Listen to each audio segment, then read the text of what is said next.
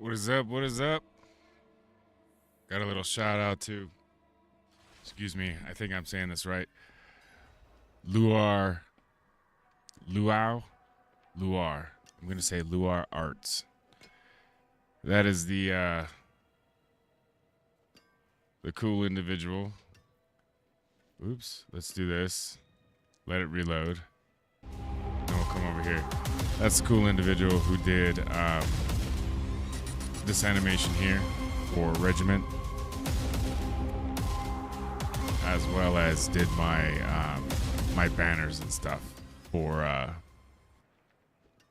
my headers, my banners and stuff for YouTube, and all that stuff, all the streaming stuff, whatever. Welcome to it. It is late here in Colorado, 12:46 a.m. And yeah, I had quite a weird couple nights sleep and stuff like that. So yeah, tonight's no different. Just weirdness all around. Weirdness. But yeah, jumping back in. Watch my boy Jodashi over there on Scottish Viking Gaming on Rumble. I know it sometimes gets confusing because I'm streaming to 5 different platforms right now: X, Rumble, YouTube, Twitch, and Kick. And I was at a time where I was heavily into Rumble and not so much into the other ones. And I don't even, yeah. Anyways, I was promoting Rumble very heavily. Just started streaming there live. And, playing Call of Duty. Dude named Jodashi jumps in. We start playing whatever. It was a lot of fun. He caught the streaming bug, and a year later, he's doing fantastic, growing leaps and bounds. It's awesome. Long story short, I happened to be up. I can't sleep, and I saw that he went live a couple hours ago, doing something similar to what I'm doing now. Pretty much hanging out late. We'll do this. What I will do, seeing as it is late and I don't have to rush, and I'm not gonna stress myself this late having all these things up and blah blah blah. Actually, to not stress my computer, I should probably do that.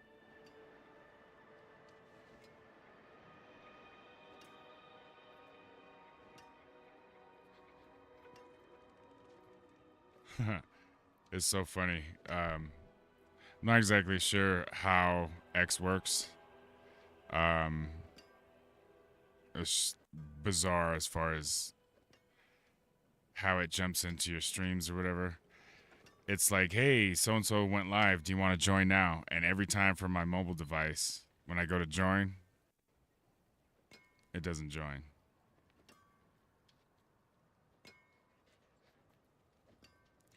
All right, so there's my ugly mug on X. We'll pin this to profile.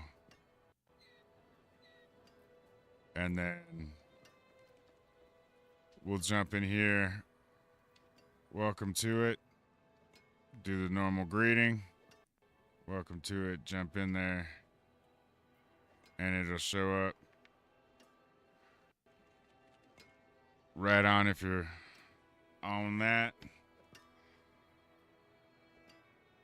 This is not a heavy, I'm not anticipating a heavy, a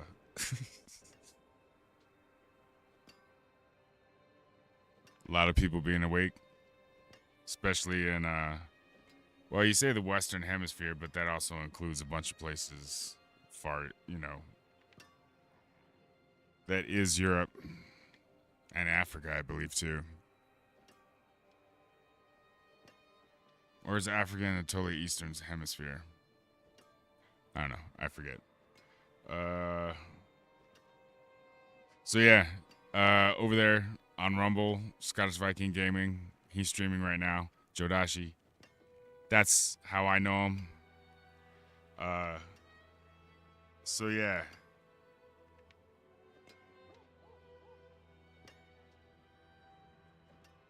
Oops. My fingers are all jacked up. Welcome to it. Alright. We'll get this going on. So I don't have to have this on. For some reason it bogs my stuff. But I can do this. My system isn't the decline. There's chat. All right, so saying hi to everybody, welcoming everybody to it. So that when I come over here and I go here, it should show. All nice and pretty. Look at that. Very cool. Yeah. Groovy.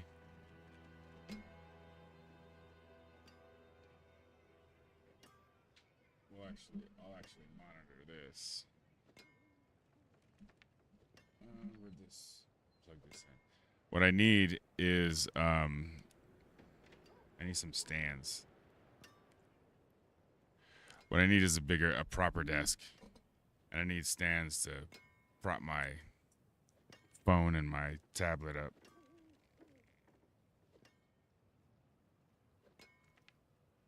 There we go. All right, so watching Rumble or monitoring Rumble actively, monitoring X actively. Here, we'll put that up so it's a little brighter. Monitoring X actively, and then the chats, watching all the chats. So right on. It has been a minute. I have done a late stream, but it has been a while.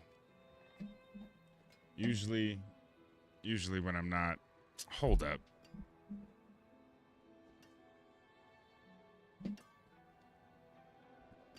My cord is acting retarded for some reason. You can't be there, dude, because my legs go there. So, anyways, my point is that it's been a minute. I don't even remember. Yeah, I think. Well, if you were on the stream earlier today, you heard me talking about the like Twitch and Kick, how they your streams leave after a certain amount of time, and so on Kick and Twitch, I think it's after like it's a week. If you're an affiliate, it's 14 days, and if you're a partner, it's 30 days.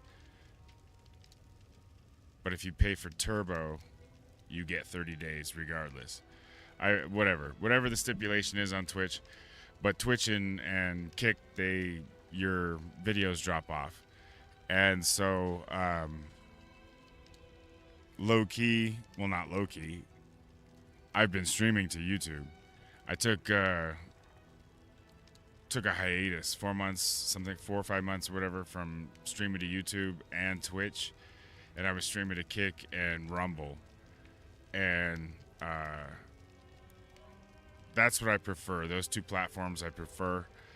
The recent switch back to YouTube and Twitch, which had been like 9 months, it was pretty much just getting stuff out there. Because a lot of people that I know are on YouTube.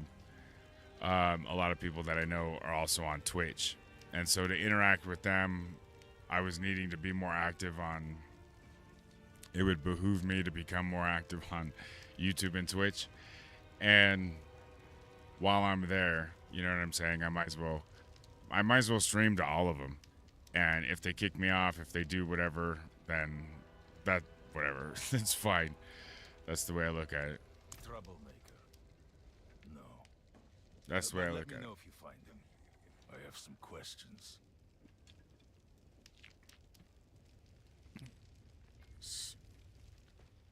All right, so I gotta talk to these. This is part of a side quest for those who were watching earlier. No, Earlier today, I was doing to avoid me, I'm afraid. I was doing side quests too. I should hope he's somewhere praying for his own salvation. We gave up long ago.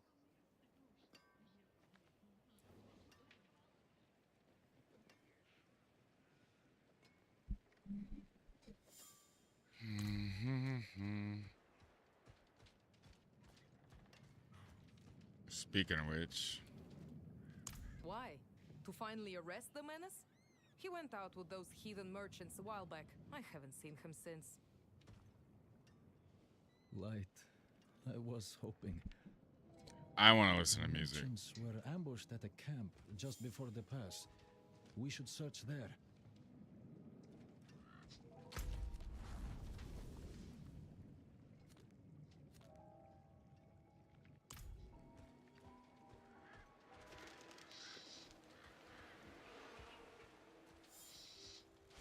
All right.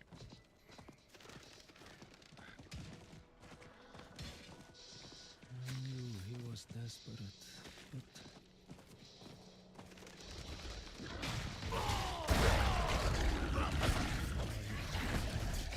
this is horrible. Do you see any troops?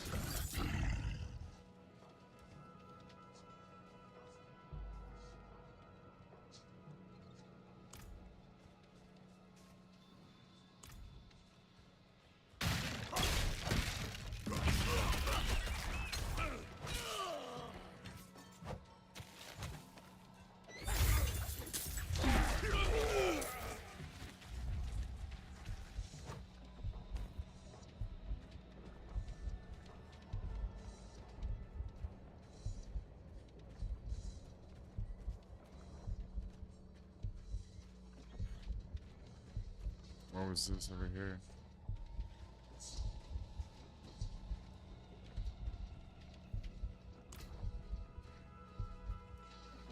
Walked right past it. I Okay. didn't want to believe it, but I've seen those scars before on unsavory types who sometimes met with Perithan. It seems he's truly fallen in with them. I have to fight. He's gone too far this time. He has strayed so far from the light.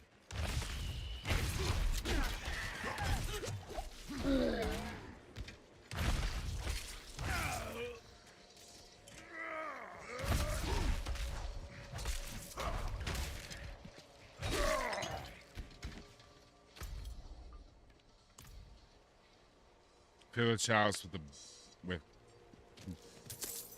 bandit blood.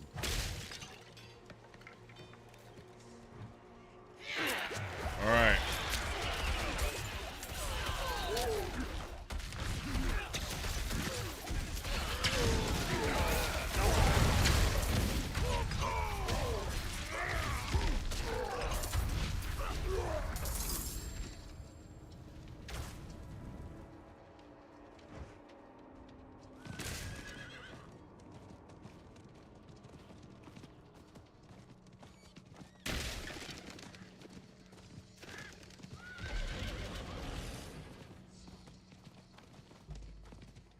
I'm watching the map and going over here. Okay. Good. Now, take a piece of the burning wood from this holy pyre and place it in the blood. And do stand back.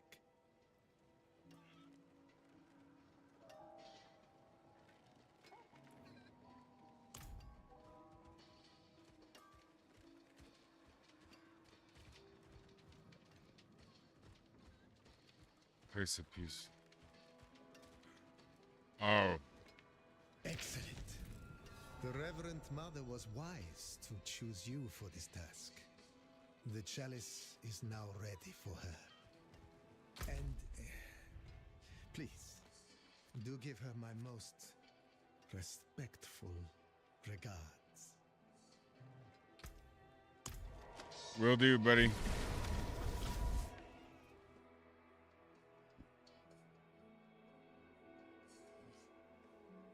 We'll turn the game up.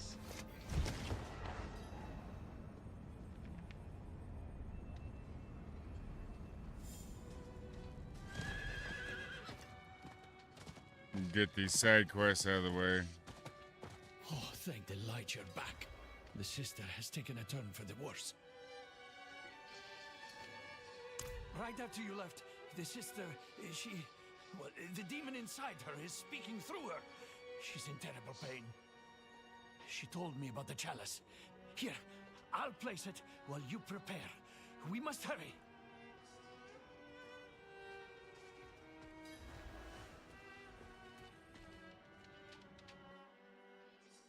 I think down here it's gonna get pretty wild. I gotta get. Hold up.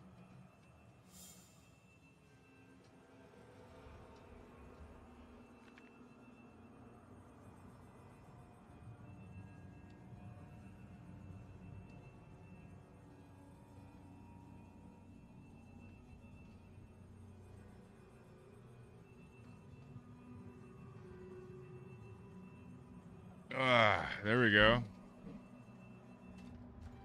Comfy contacts. Oh, that's so much better.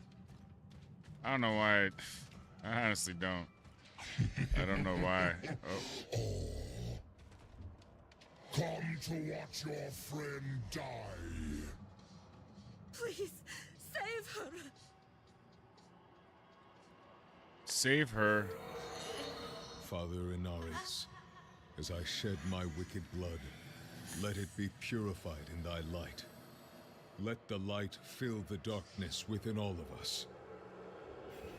Oh, your pitiful shouting again. Are you so eager to watch me bleed your blood? Let the light push out the darkness hiding within this woman. Father, force this demon out.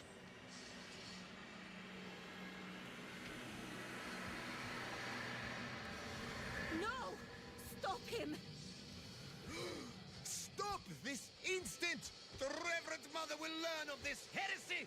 I will see you all burn! Father, forgive me! What?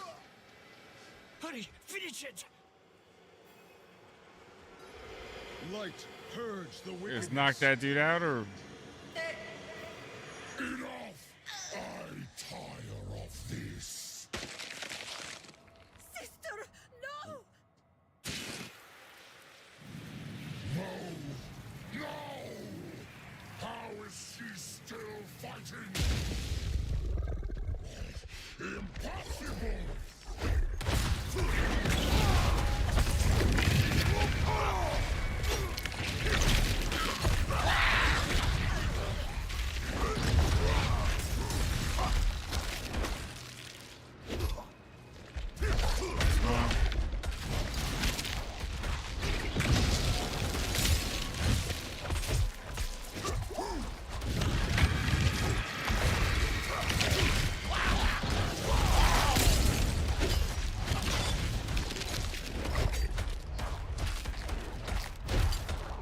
Come on, fool. I'm low on fury.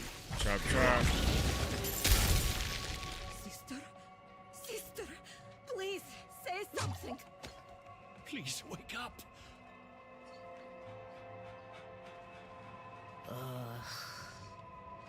It's too bloody cold down here. Oh, light be praised! She's alive. Yes, you did well. The demon is truly banished. I'm impressed you were able to copy the rituals so quickly. It took me ages to master. Sister Octavia, you are all right. But these people have engaged in blasphemy of the highest sort. Lying, stealing holy implements, brutalizing a priest of the cathedral. They will burn on the pyre before the day is out. How could you be so rash? When the Reverend Mother... Oh, and what will you tell Prava? That you allowed a commoner to so easily deceive her holy representative? That if I am to be tied to that horrific pyre, then you shall be there with me. No, I suppose I... But, Sister Octavia, please, take better care. Asshat. My friend, give me just a moment and I will meet you outside. You deserve a proper thanks. And thank you, Peter Quera. I know it wasn't easy for faithful folk to do what you did for me. Sister, you saved my boy. There was no Saved my choice to boy. make. If we did not do everything we could to save you, how could we call ourselves followers of the light?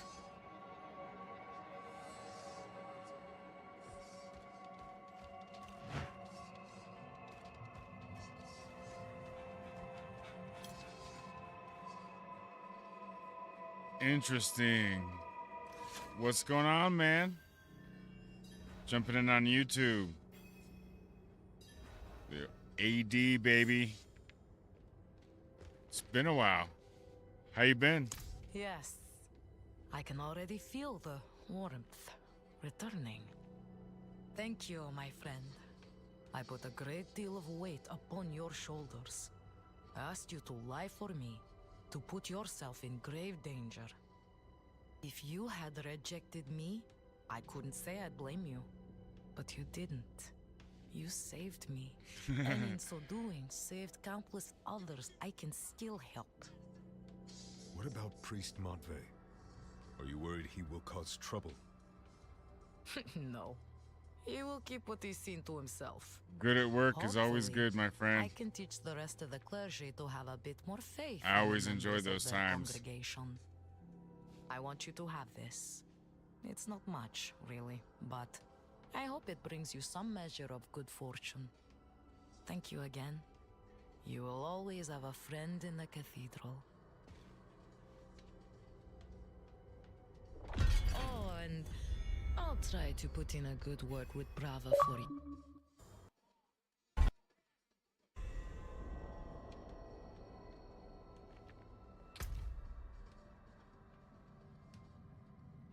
You complete soul line quest. Oh, okay. So there's 33%. 33% of the game is that? Oh, that's hilarious.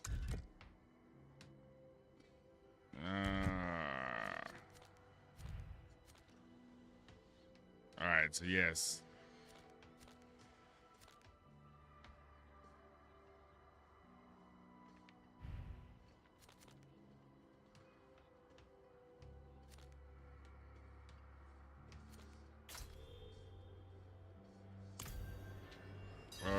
Wait, hold up.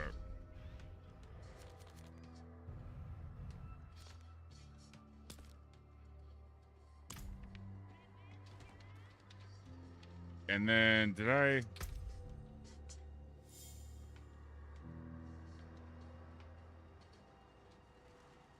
Not usable by your class. I can still prayer book.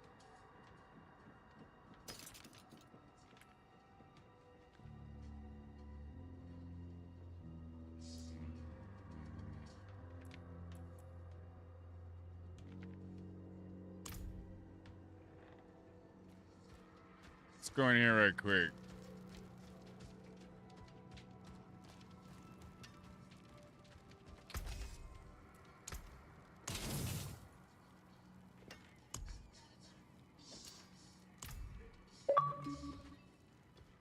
I'm gonna throw these.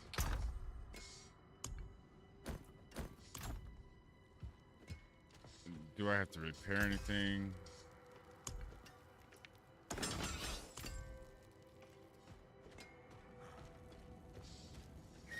And then we're off.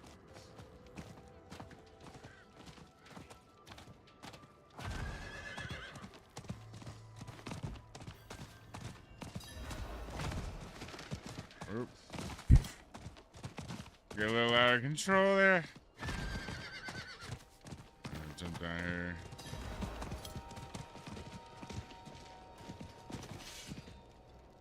Alright. Oh, hey, okay, hold up. Hold up.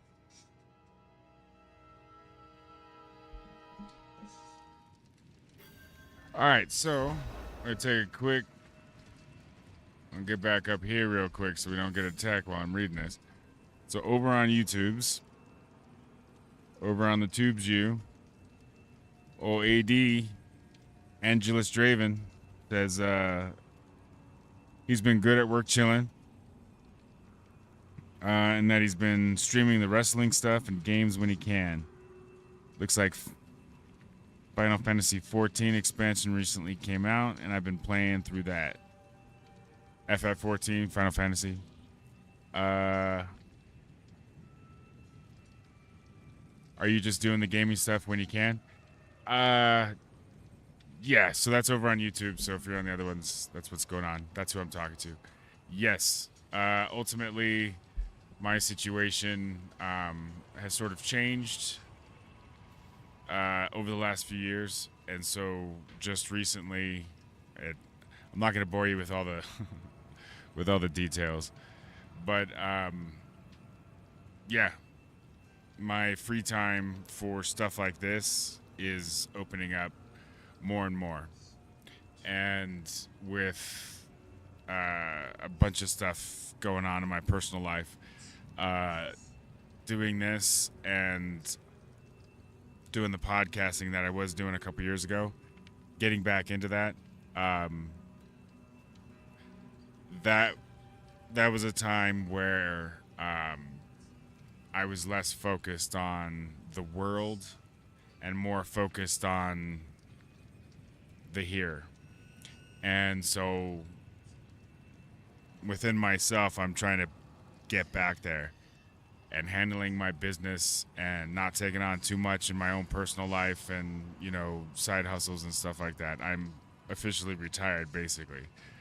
We're still doing side hustles. I have passive income coming in that we don't have to worry about anything. But trying to do this for fun and a hobby, whatever. If this brings in a couple bucks, that's fantastic. But leaning into it more for the community, talking like this, but more for physical therapy, almost for myself. I do a lot of work with my fingers and stuff because of arthritis and nerve damage and stuff for flexibility, and gaming, especially gaming on the keyboard, gaming on the console gaming with joysticks or whatever, joypads. That helps too. Cognitively, I've had several traumatic brain injuries and a bunch of other medical stuff with my back and shoulders and spine and stuff and nerves, and so gaming has basically, where I don't go out into the world much anymore, I do this to go out in the world, quote unquote. And the podcasting / interviews, the stuff I was doing before a couple years ago, whatever, that are still on YouTube, by the way. You can't podcast them anymore. But the videos themselves, the raw videos, the live videos, that I then took the audio of that and created a podcast, those are still up on YouTube. I think all of them, except the first three. The first three were fucking hot garbage. They were basically ranting sessions, or if they weren't ranting sessions, they devolved into ranting sessions. It was me just doing whatever. From episode 4 until I think 13 or 14, I forget exactly how many episodes I did, but from 3 on, I was interviewing somebody, and I enjoyed that. I enjoyed that a lot. There were a lot of reasons why I got away from it. I came back early 2023 in April, and I did 2 or 3 episodes, and again, personal stuff, whatever, and the reaching out to people and trying to coordinate times for them and times for me and all of that stuff sort of for a very long time kind of went away. And to your point, I started doing this whenever I can. Now I'm trying to put it into the mix and then plan stuff around it, which was something I wasn't doing for the last 7-8 years I've been doing it. So, yeah. Oh, no, everything's fine. It's just everything in my personal life. He says, well, dude, I hope everything in your personal life is okay. Yeah, it's not like that. It's basically having the time to do stuff. And then not only doing stuff, but then having downtime and having time, spending all the necessary time doing all the necessary things. It's not necessarily bad or good or whatever. It's just, doing life. And there have been some, some instances like that, but that's not what it is. I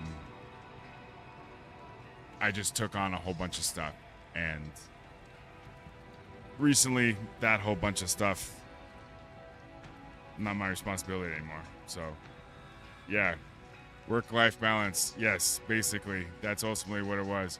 I had taken on entirely too much stuff in my quote-unquote retired state that it was doing more physical damage and mental anguish than good. It was doing the opposite of what it was supposed to be doing. Where this was treated as more of a hobby and I did it as I could. This is going to become more of a therapeutic, scheduled thing in the background. But also I'm having fun in doing this kind of stuff. So that's ultimately that. Little backstory to that. I'm not ready yet. There's always a story. Everybody's always going through something. So you never know what people are going through. So just be kind.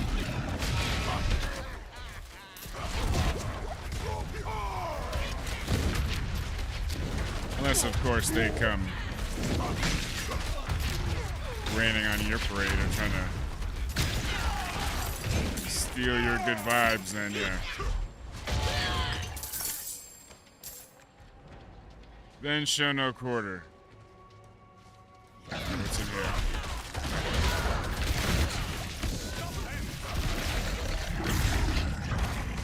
It's very foggy. I like the atmosphere. I'm out of fury. It gives the sense of being very high up. I don't know why. I don't know. Very cool. It is. I mean, you can... He says, it's all about having fun. Definitely finding what you have fun with, and then finding other people who find, through social media and streaming and stuff like this, and chat and whatever, is interacting with other people who do the same thing. That enjoy doing the same things. That's always... I was just saying that, too. It's funny. He says, again, this is... And if you're watching on X, Twitch, Kick, or Rumble, this is Angelus Draven over on YouTube. He's in the chat. And he says he hasn't played this one yet, Diablo 4. And he hasn't finished Diablo 3. And... what's funny about that is earlier today I was absolutely just talking about Diablo 3. I got sick, and I had it for the longest time, and like the Ultimate Edition or whatever it was, and I never started it because I couldn't get past. Diablo 1 and Diablo 2 are a staple in my gaming pantheon. Diablo 1 and 2, that was hours of time spent on those games. I absolutely thoroughly love those games. I couldn't tell you what the story was, whatever, the intricacies or whatever, but I absolutely remember in that time having built my own computer and that sort of thing, and being into starting to get into PC gaming. and kind of getting a, because I was in the military and I was basically I got in computer gaming, got away from console gaming while I was in the military, and then after I got and then when I was in the military, I also got an Xbox. So it was like I was gravitating away from that. But as far as Xbox goes, I was kind of selective as to what I played, and I played more of these types of games on the PC. They just weren't there for Xbox. But I was still into PC gaming like crazy heavy, and Diablo 1 and 2 were huge. Diablo 3, I didn't play on computer because I was, at that point, really into consoles. So I was like, well, fuck it, I'll just try it. But I had such a bad experience with Elder Scrolls, so the timing's all off. I got into Elder Scrolls really late. But I got into around Elsewhere, like right before Elsewhere came out, is when I get like 4.5 years. I got into Elder Scrolls right before their 5th anniversary, and I absolutely despise the translation of Elder Scrolls Online to console, and I could not bring myself to play a game that I knew would be better on PC on console because it was such a downgrade. So because of Elder Scrolls, I didn't play Diablo 3 like right away or whatever. There was whatever. That was my rationale. I forget exactly the timing. Then so I ended up, the ultimate version or whatever of Diablo 3 was out several years ago. And I had it, I bought it or whatever, got it used or whatever, I don't know, I forget the circumstances. But anyways, I had it, and I was sick. And I don't know whether it was COVID or whether it was before, I forget the timing. But I was sick, probably COVID, because I was sick for like several days. Like 6 or 7 days, and a good 4 or 5 of that I was upstairs. Like I didn't really get out of bed except to shower and, you know, whatever. And I was like, screw it, I'm playing it. And I played the shit out of it. And I never picked it up after I got better. I never went back to it. I don't know what it was. I don't know. Whatever. Maybe I connected it with my illness or whatever. But yeah, it was one of those illnesses where there was, in the middle of it, there was an urgent care in the middle of the night because it was like, okay, what the fuck is really going on? It was one of those kinds of illnesses. They're like, nope, you're just very sick. Okay. So I went home a couple days later, 5th or 6th day or whatever, I finally wandered downstairs for breakfast and, you know, to get better or whatever. But yeah, in that sickness time frame, I was upstairs with my Xbox One playing the shit out of Diablo 3, and I never went back to it. And so when Diablo 4 was getting ready to come out, I was at a point, I don't think my laptop could have handled it, but I was at a point where I was like, okay, do I get a PC to play Diablo 4? Like, that's kind of the direction I was at when this game came out. But 2 buddies of mine don't have PCs that could handle it, or don't have, in one case, he doesn't even have, I don't think, a gaming type of PC. And so collectively, we all decided on the console version, and we ripped the shit out of it when it first came out. Absolutely ripped the shit out of it. Oh, Diablo 2 was fantastic. I love that add-on that it had.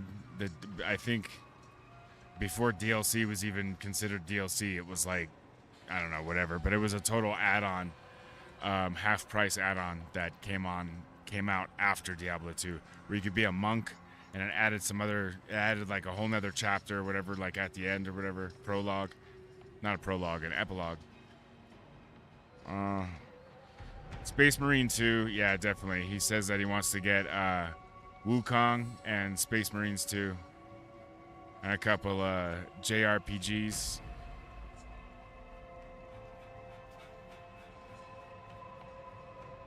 Chapter 3 with the, yeah, it was different. It was a different experience. I think I enjoyed being busy, having one of those games where I could be busy mindlessly, not really, like, I didn't get into that story at all. I have no idea how Diablo keeps coming back. Like in this one, my 2 buddies were so ADHD when we were playing this, like there was no fucking story. I have no idea. There's Lilith, is the daughter of somebody, and she came back pissed off or something, and you I don't know. I honestly don't know the story of this one. Because yeah, when we were playing, we were literally just running from one thing to the next. Like there was no breathing.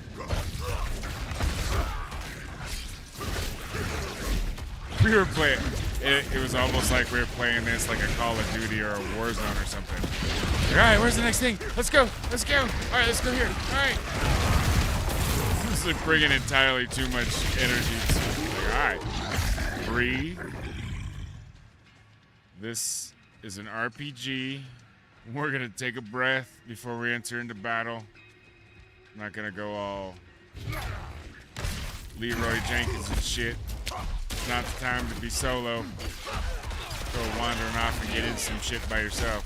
It's a good way to get dead, especially in this game where it's what do you call it? Progressive. So the more people you have, and the higher they are in level, the tougher it takes that into consideration with. It takes that into consideration with it. That shit is so fantastic. Oh yeah, Lords of Destruction. That was totally cool. That was the first time I got into a character, the monk. I got into a character that wasn't the barbarian. It's not a thing. I don't, it's my own personal thing. I don't know. It's just whatever. I'll get into it. It's late at night. Who the fuck cares? But growing up young, there was Roman Catholicism in my upbringing. It was there, but it wasn't, Like the others who have been called to serve. And there's a lot of the magic stuff that it still bugs. There's stuff about magic or whatever that kind of bugs me, rubs me the wrong way. This aspect of this game, though, of vanquishing the demons from Earth, and that point of view of the story. Yes, there's, what is it? Ideography, pentagrams, stuff like that. But it's all the idea is bringing light to darkness, and that aspect of it I thoroughly enjoyed. Fast forward from Catholicism or whatever, I'm not Catholic anymore, but my Catholicism sort of diminished after my dad passed away when I was 12. Just nothing angry, it sort of just faded. He was kind of the driving force in that.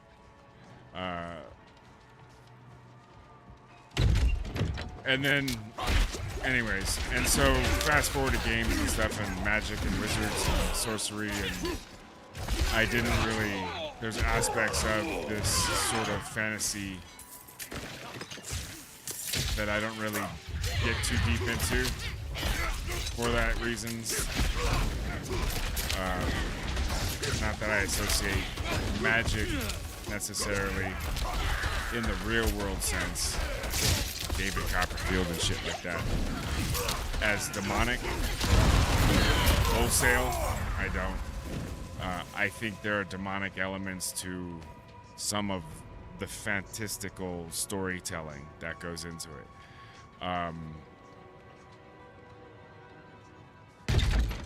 The old Dungeons and Dragons nonsense from the 80s, I guess, is underladen with all of that.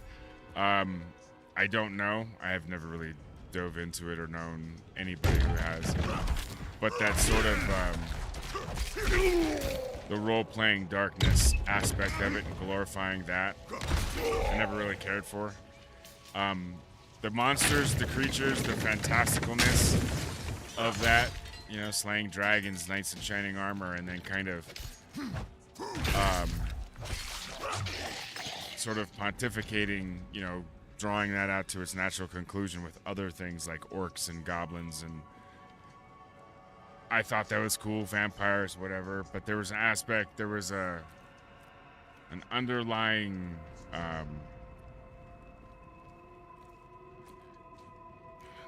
the glorification isn't the right word. It was adoration is the right word. An underlying adoration for some things that are dark. And personally, I don't swing that way. So there are things that human nature being what it is. But as far as I'm low on fury. like drawing power from that or trying to amplify that sort of vibe, it's just not my thing. So I don't do your thing. I have opinions based off of my own experiences, whatever. But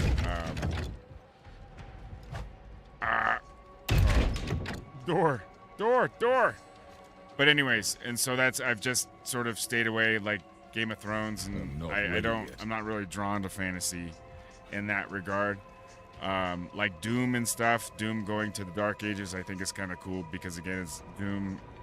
There's aspects my wife didn't understand because the demonic aspects that are associated with Doom, with Diablo, with Dungeons and Dragons, she didn't understand my draw to it, but it ultimately is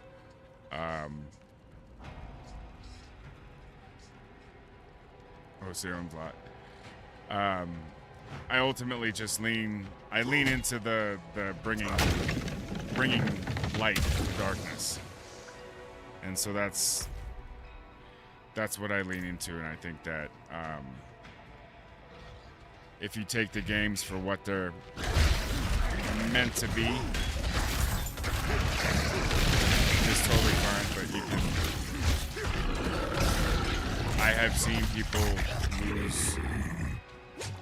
lose aspects of their humanity because they find the fantastical to be more sexy or whatever it is. You know what I mean? More powerful in certain regards.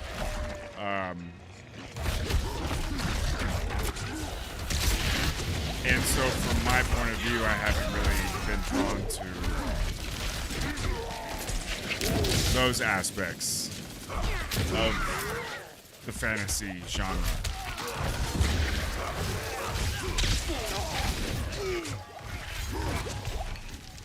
Like, to give you an example, a game like this or Doom versus The Evil Within, or what the hell's that game? But I forget what the name of the game is, but I literally I couldn't play it because it was just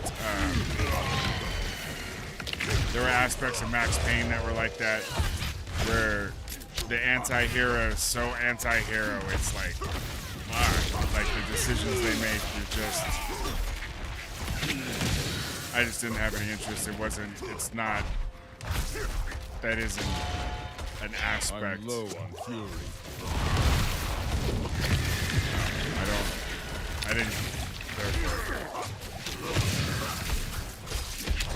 There's an aspect of Constantine where he has to draw, even, I'm not a comic book dude per se, but, or at all.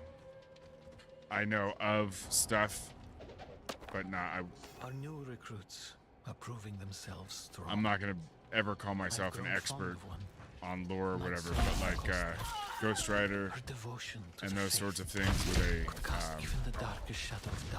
they draw on the power of hell in certain regards to do their thing.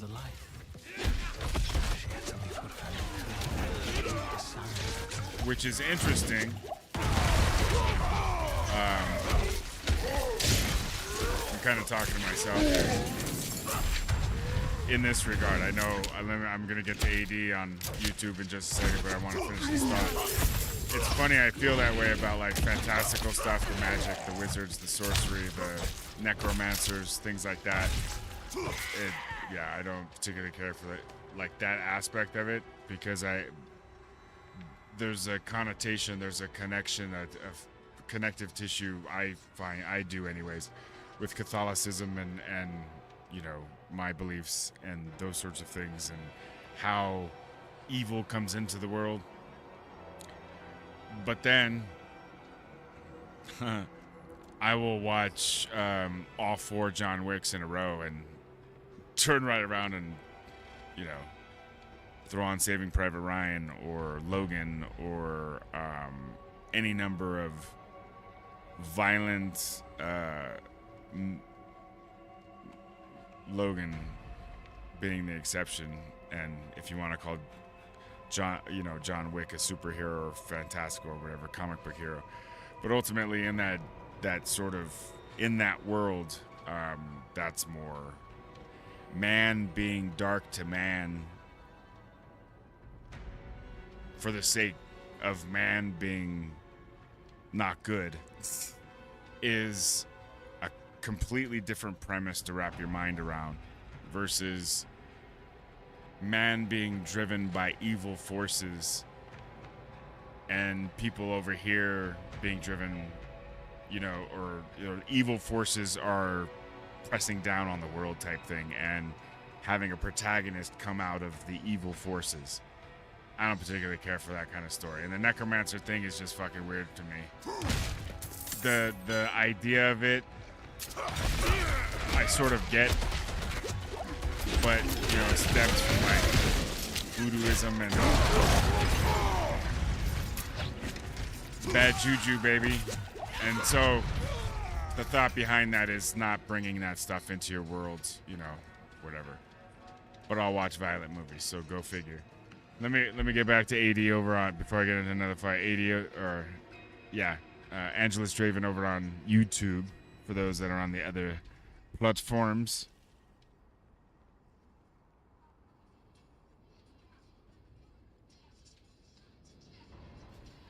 The thing with Game of Thrones, he says, yeah, the Game of Thrones started pretty low fantasy. So again, I didn't read the books or anything. I didn't know the hype. Who cares about this show that's coming out? So as the show was being hyped, they didn't have HBO at the time, and as the show was being hyped, I'm gonna check it out or whatever. There was a reason why we got HBO, but I would have basically needed to catch up or whatever. I think I was getting ready for season 2 or 3 was getting ready to start, and I was like, all right, I think I'm going to watch this show now. And so before I had watched the show or whatever, I had decided that I was going to listen to the books on tape, because at the time I was driving 65 miles to work each day. So it'd take me an hour and a half to get to work and about two and a half hours to get home, depending on traffic. So I had a lot of time to listen to shit. And I was like, I listened to everything. I listened to the entire Stephen King, what the hell's that? The Cowboy? His Cowboy series. What the fuck's that dude's name?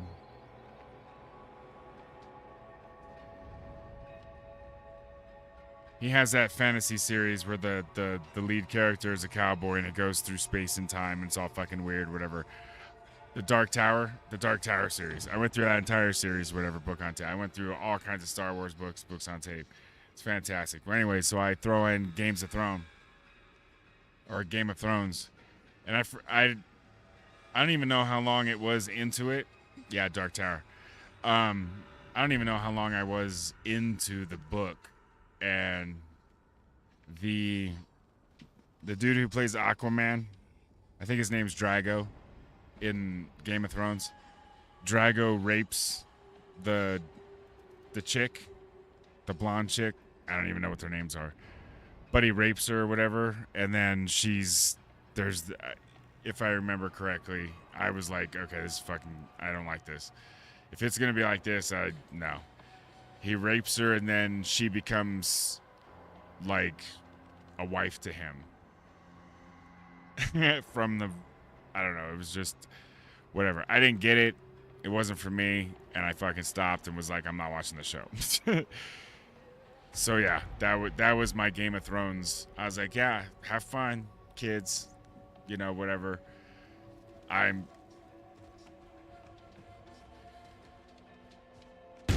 yeah. For me, the book ruined the TV show, which is like never happened for me. I've never. Usually the book I'm pissed off because the show or the TV, either the movie or the TV show was nothing like the book. But anyways, as far as that goes, totally off topic. Or as far as shows or books and movies and all that stuff. More fury. The first season of Reacher, I don't know if you have Amazon. The first season of Reacher is a damn good translation of that book. And I forget what the name of the book. Do I have it down here? Killing Floor? Is it The Killing Floor?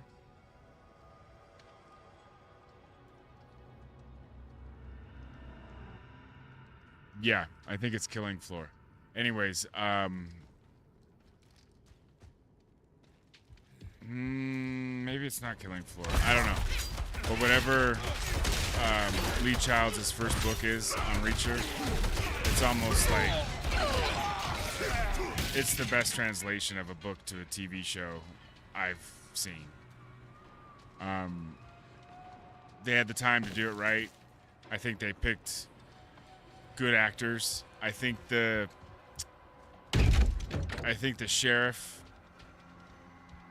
in the town, and if you've seen the show, you'll know who I'm talking about. The skinny chick, the tiny skinny chick. I think that was almost too comical on screen. I think that bringing Reacher to screen and being 6'5" or whatever he is, and 250. I mean, are there people like that? Yes. Are there enough people like that to get a good enough actor and blah blah blah? It's just rare. Well, anyways, to find the dude to do it and then to put that chick next to him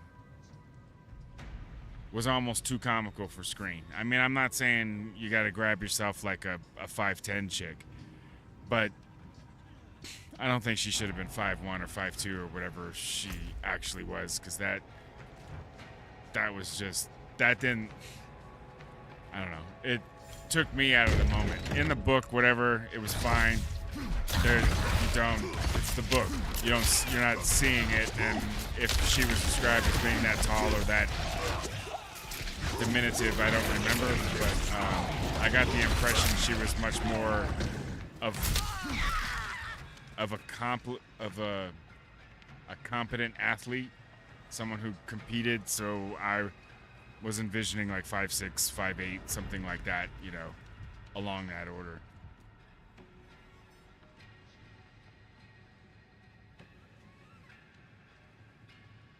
The Reacher movies are ass.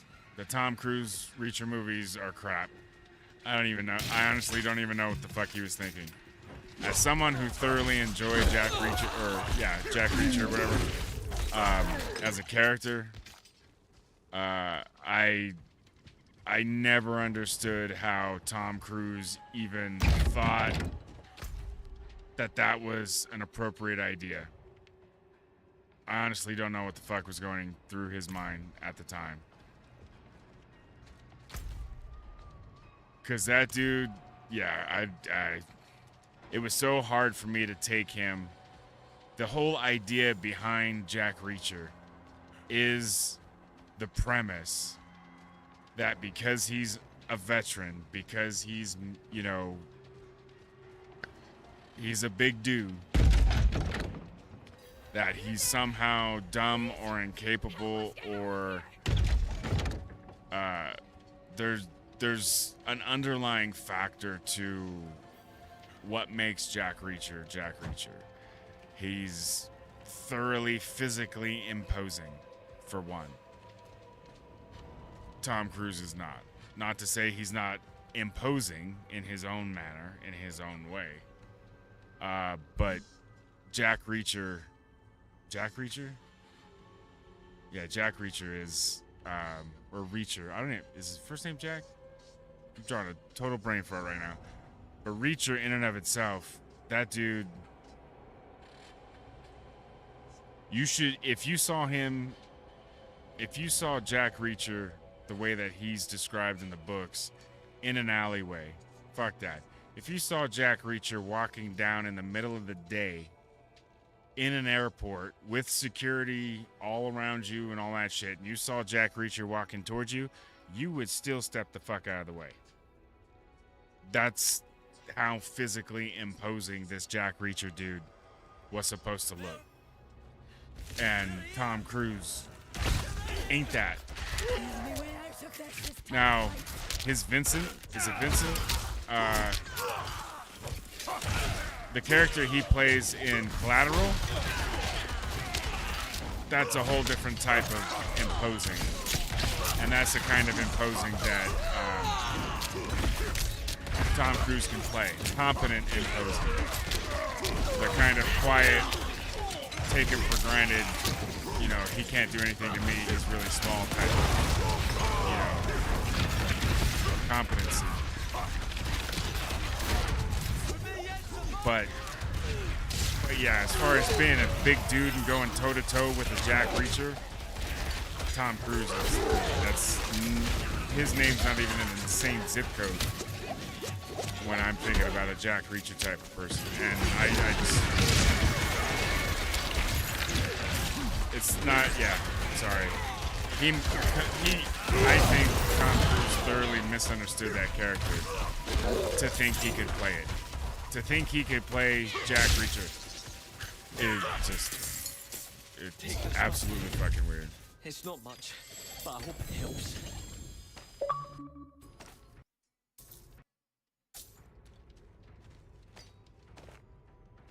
Wow, I just totally went off on a whole movie thing, dude.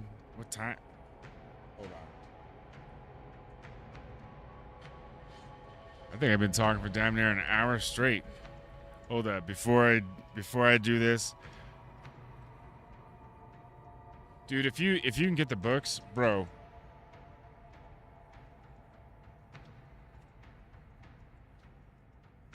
Hold up, real quick. Hold up. I have a stack of books right here,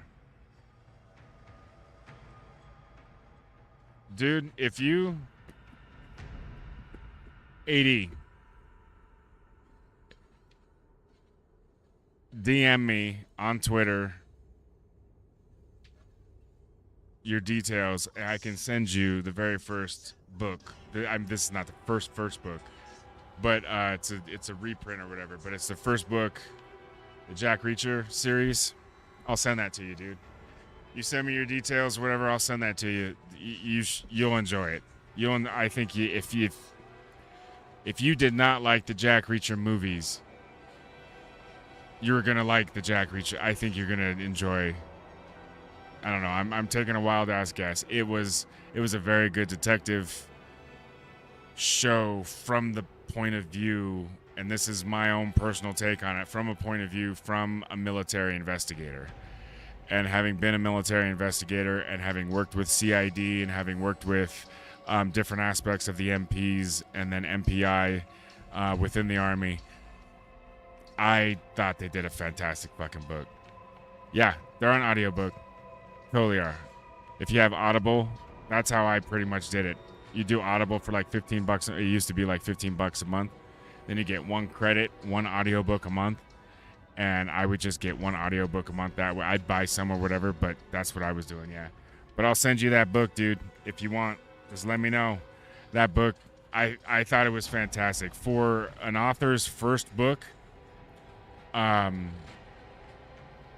thought he captured a military investigator extremely well. And subsequent books, the next 3 or 4 books after the first one, he gets better in writing military investigator, which is different, and I just want to caveat the whole thing. It's different than being like a cop, like a city cop or a county sheriff. That's why I'm distinguishing it, because they do distinguish it in the books, and they do a fantastic job season 1 of distinguishing it in the show, that he is of a different mindset, comes from a different set of skills than a normal cop. And so he approaches his investigations from a completely different point of view, which I found was interesting. Hold that thought real quick. I need to take a break. I will be right. Hold on. I got to do this real quick before I do that. I got to pause this, come over here, and then I'll turn this on. I will be right back.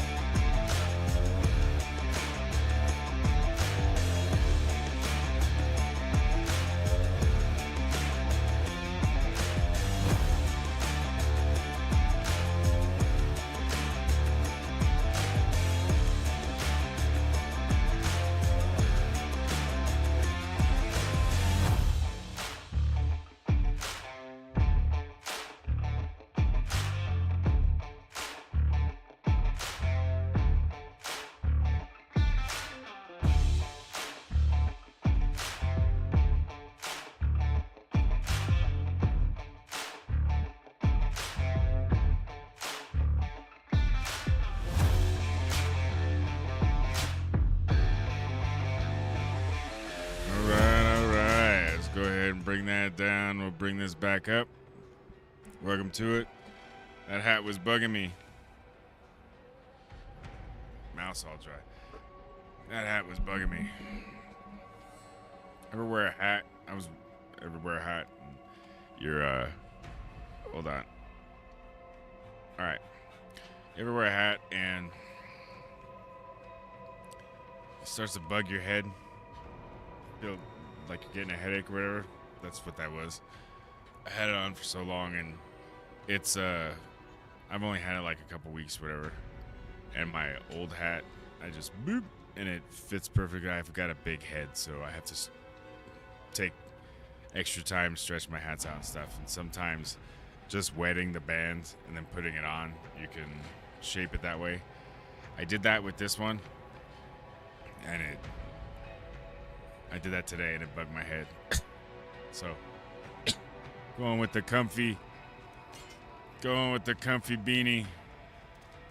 Yes, it's September, but it's like 55, 50 degrees outside right now. And if you know where I stream, it's not cold. I'm comfortable, but yeah, it's not warm either. I had the surprise. I stream from my garage, and yeah, I had the garage door open. I had to pull the chain, lift it up, open it up. My daughter is asleep right above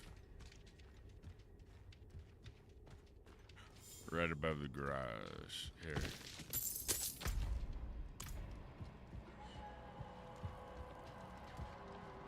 I thought I acquired the... Wait a minute.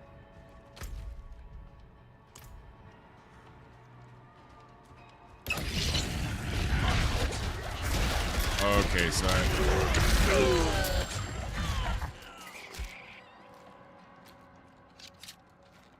Alright, I'm gonna bring that... Try to bring that down a little bit. That might have been a little too loud this late in the night. So, okay. So I thought 1, 2, and 3 parts of the journal were down here, but they're not. Alright, so before I go even further, let me finish my thought on what AD. So, thank you again for everybody who's watched. I can't believe how many people are watching, dude. You guys, you don't need to go to bed. We got people watching on YouTube. Oh, I'll tell you right now. Hold up. I didn't even know it did this. So on Twitter, looks like there's 14 eyeballs, 14 sets of eyeballs. YouTube, there's... Well, hold up. That doesn't seem accurate. Because it says 1. And I know I have it up. And you have it up. So that's 2. 2 watching right now. Okay. That's accurate. So 2 over there. No one on Kick. And 1 on Twitch. Yeah, I think that's me. So, yeah. Anyways. If you're on the other streaming platforms, Angelus Draven is over on YouTube. Oh my goodness, hold up. Alright, there we go. That was... Don't worry, it'll stay PG-13, but some things need to be taken care of. Regardless of whether you're live on... you know. But anyways. So yeah, if you got 10 credits on Audible, dude, by all means. The first one's called Killing Floor. Well, if you just go look up Lee Childs, they'll have them in order or whatever. I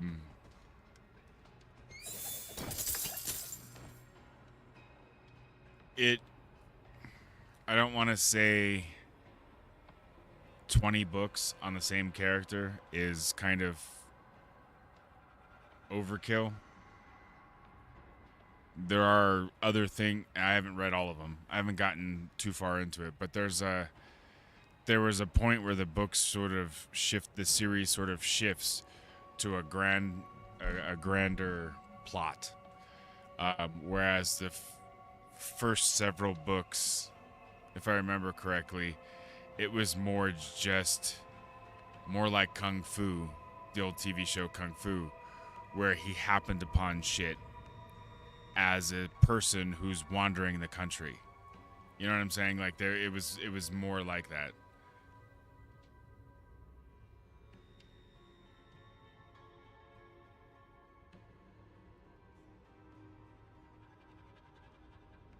Yeah, X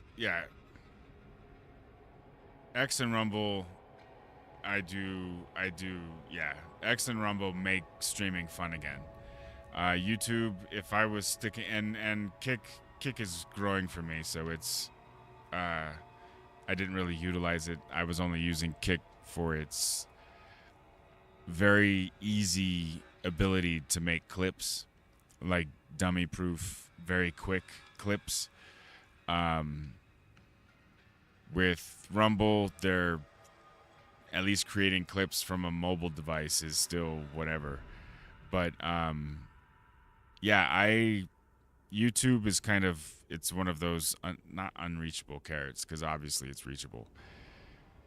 It's one of those things where, because of like what we were talking about before, my lifestyle is not such to where any of this took priority, or by the time I was like, okay, I can either put effort into looking better or connecting with people or being nicer to, names, and so they have me on their shows and stuff like that.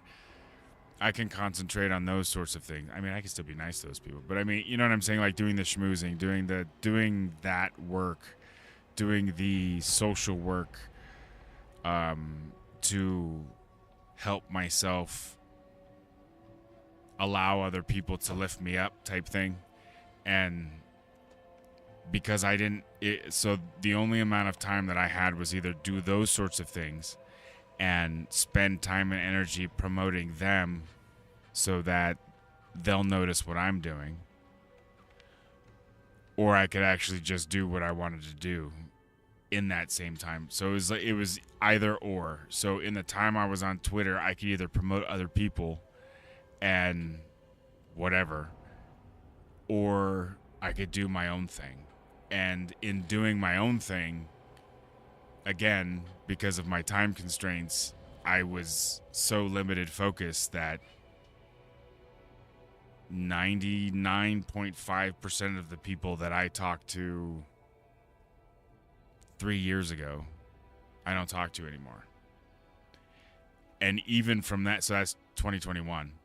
And from those people, the people that I talked to in 2021 that I have lost, contact with, or I just not, no reason, you know what I'm saying? It's just one of those life things. You just, but of those people from 2021 to here that I've lost contact with, those were an entirely different group of people, set of people that I was in contact with from even the previous 4 years that I was on Twitter, since January of 2017. So from January of 2017 up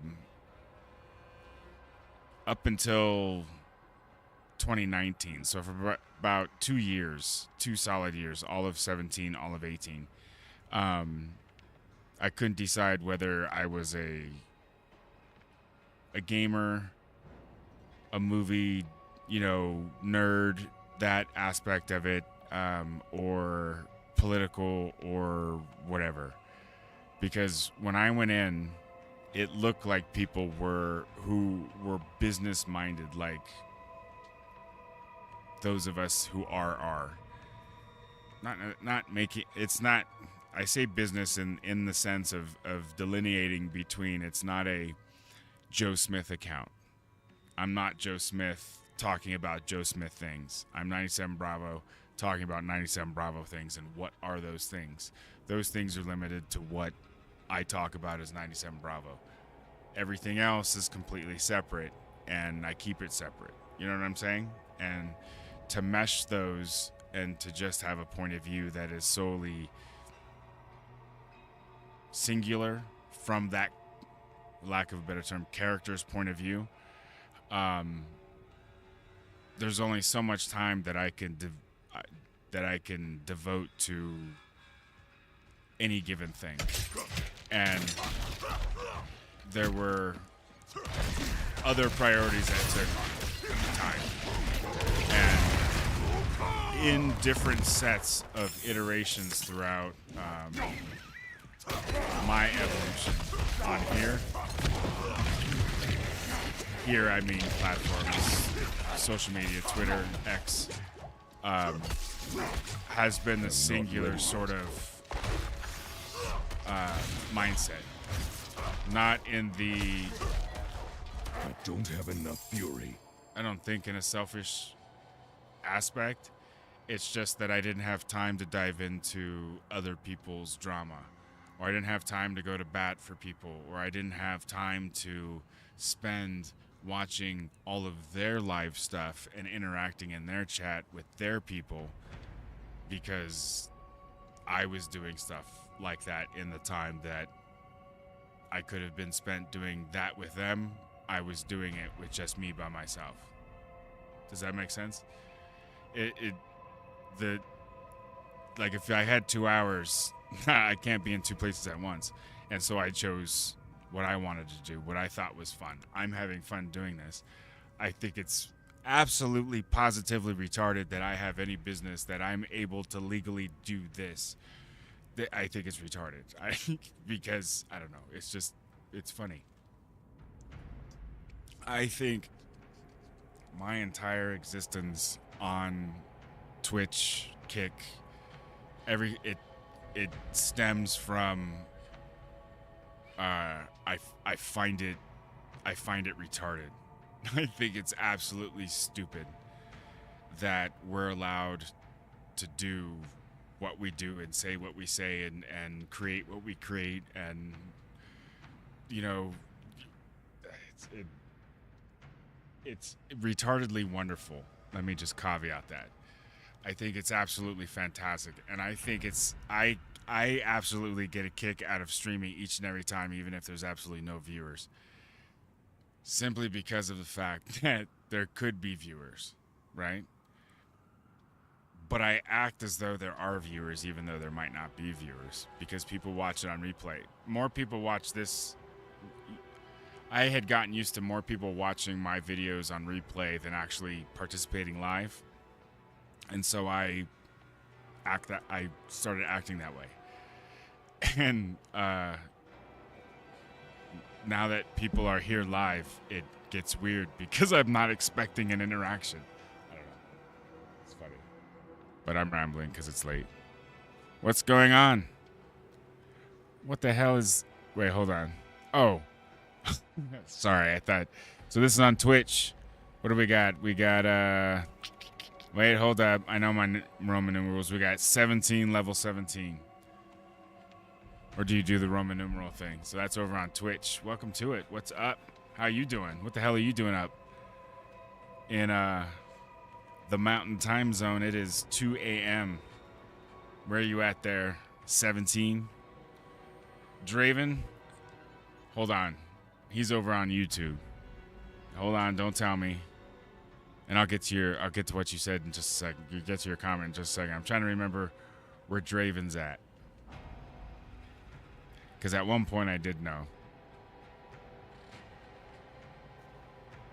We did a show. We did you were on, yeah. You were on the D3PO. What was that? The thing that we did.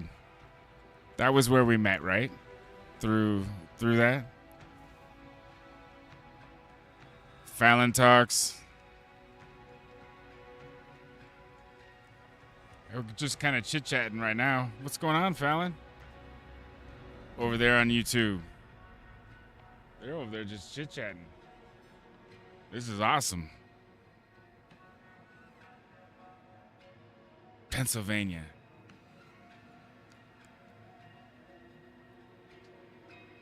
Yeah, exactly. There's a bunch of us that got into doing our own things and kind of drifted apart. That's so funny. That is so funny. Wow, that was like a lifetime ago. I was a completely different animal at that point. Yeah? No? Yeah. There was a whole crew. We used to have.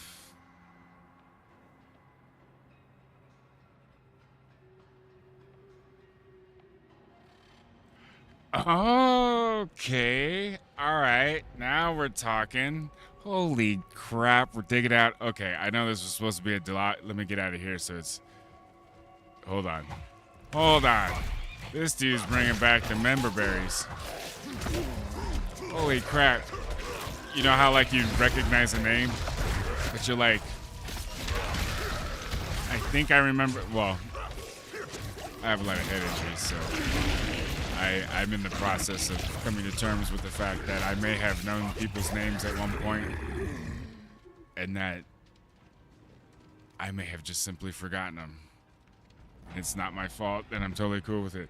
But check this out. So yeah, hold on, let me read this. So if you're on the other channels or whatever, this is what's going on. So Angelus Draven, we met through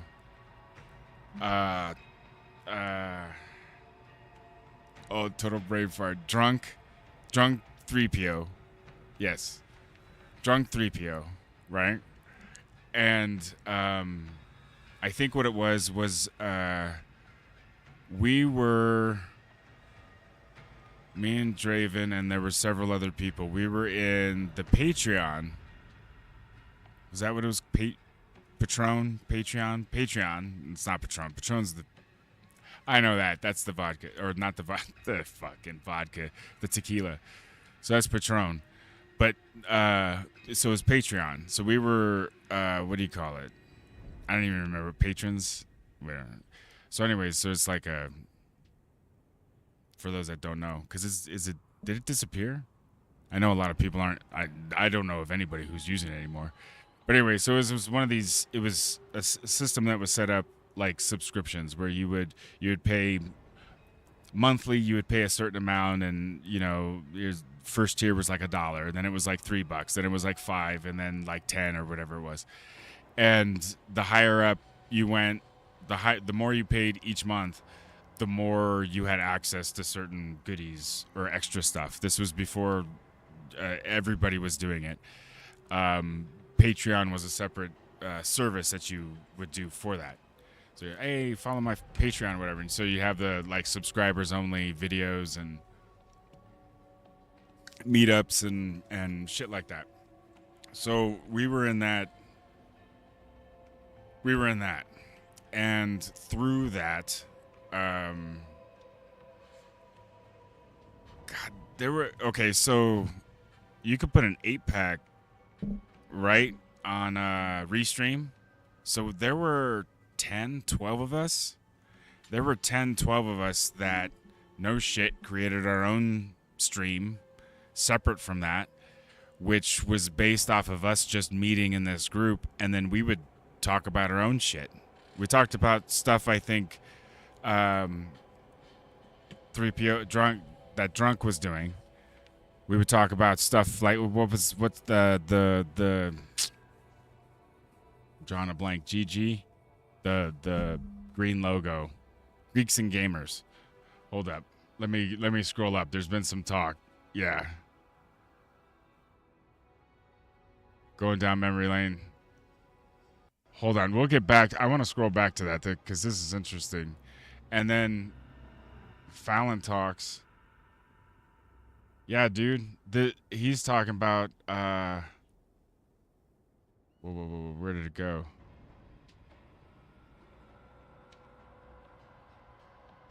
Oh, there it is. The Fandom Collective. So there was going down memory lane, man. There was, so the Phantom Collective, that was I must say, for, how do I put this? That was such a good idea the Fandom Collective for what it was at that time.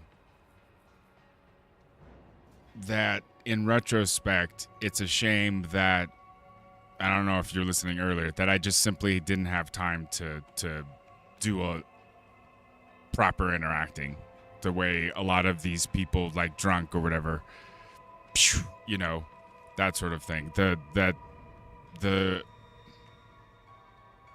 There was a, even if something had popularity, there wasn't the time, the drive, and all of that there to sort of do it properly. And what the Fandom Collective did, which was interesting, is during that time frame after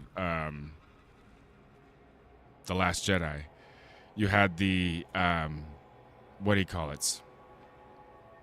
You had the Geeks and Gamers, and there's a bunch of people like that, or you know, that are minded that way. What's homie's name? Jeremy. What does Jeremy go by? I forget Jeremy's. Anyways, I don't want to get that way, but my memory's for shit. Certain things for some reason have because of my head injuries or whatever, and I don't want to get too deep into it, but a lot of the last, what I call new memories, basically the last 7 to 10 years, I have a hard time recalling things beyond that. I'm still relatively good. I'm 49, so there's that. That plays into the whole thing, but yeah. D-Day Cobra. Yes. Jeez, everybody's... Yep, GG. Oh, you're not a fan of those folks anymore. I'm a detractor now. I see, in quotes. So this is over on YouTube. If you're following on the other... This is... Angela Straven is responding to some of the stuff that we were talking about. Not a fan of Geeks and Gamers, drunk, I guess, those folks. You're a detractor. Well, aren't we all? I think that was probably a lot of my problem, too. Apparently because I'm critical of how they do things. Oh, well, aren't we just the two bugs and two bed bugs? Yeah, I think that, yeah.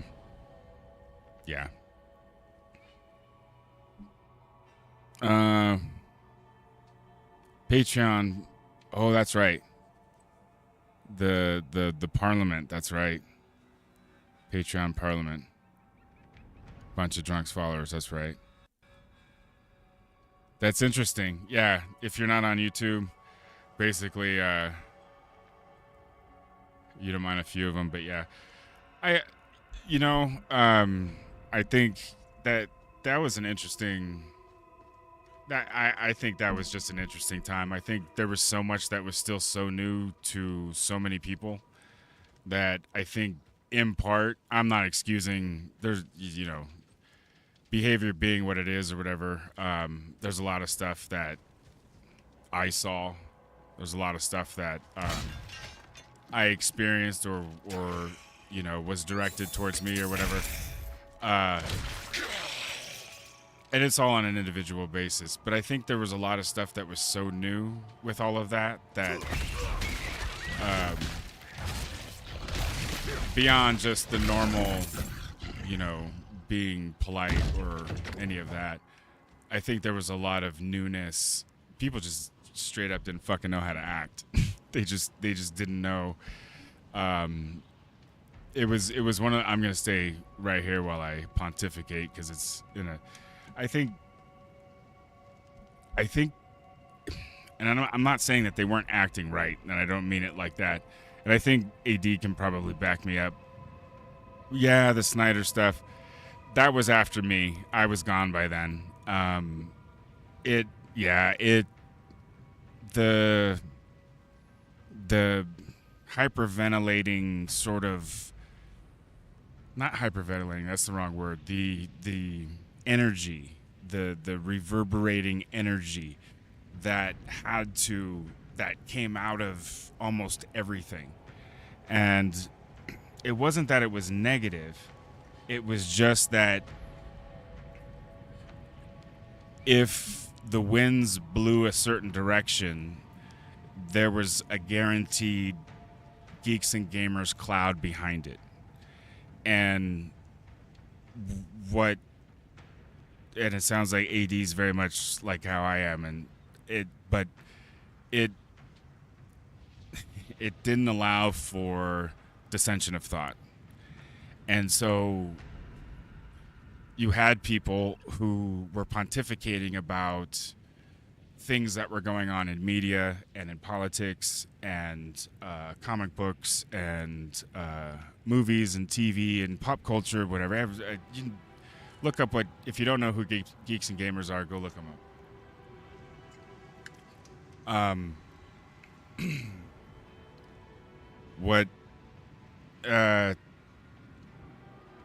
What I noticed was that there wasn't a lot of room for.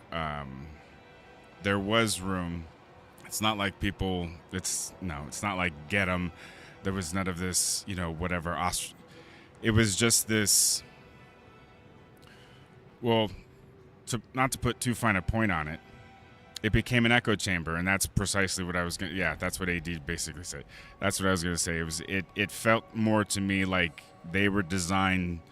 The people they wanted around them, that they wanted close enough around them to help or to whatever, to elevate or to highlight, they wanted those people to be self-reverberating, So my point is that so if you had one individual, then they would have their fans. And of those fans, there would be people plucked that were almost uber fans that would then be in a sort of inner circle of they became their mods. They helped them on their shows. They became like parts of their shows. You know what I'm saying? So there were several people who, after the fact, kind of came into the mix. And through all of that, there was a group of us that were, in Drunk's particular case, that were there before there was anything. And when there became a need to sort of protect the brand that was growing, that was Drunk, that if there was any pot shots making fun of a disagreement with how something was said, or you didn't go hard enough in your explanation, or or whatever it was,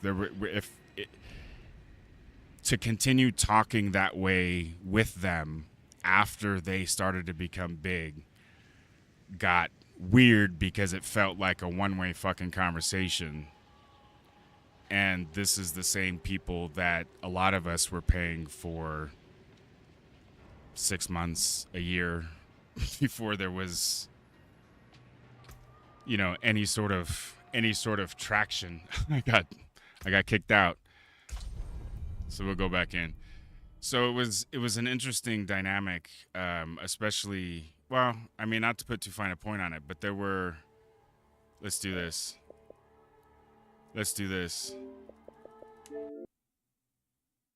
What was interesting in that particular case was that was the only one.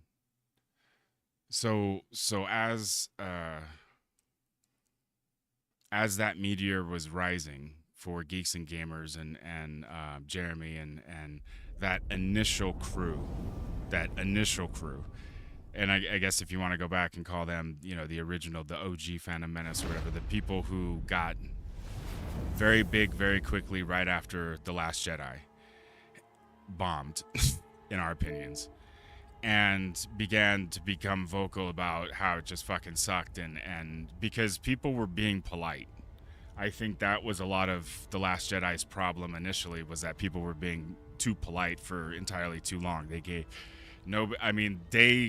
if that was the same movie today, people would have no one would have waited a week before bombing or, you know, spoilers and shit like that. It just, you know, it's one of whatever. Anyways, my point is in that time period, that sort of pre-COVID time period, as these sort of meteors were kind of rising and they were getting attention and those sorts of things, there were a lot of us that drunk wasn't even associated with Geeks and Gamers, I don't think, at this point. And yeah, we were in a complete,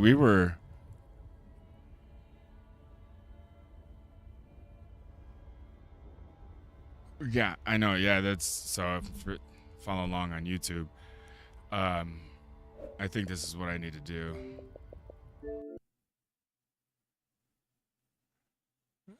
Hopefully they're not down, because that would kill.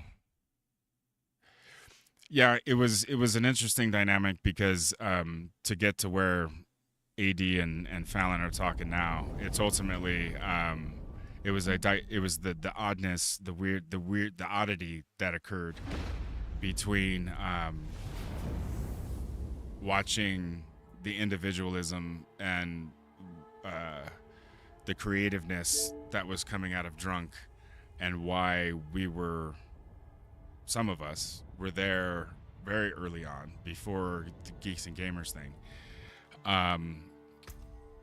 was for a completely different reason. In addition to the Star Wars and all of that, was the Patreon was originally for, and I don't know, AD was there.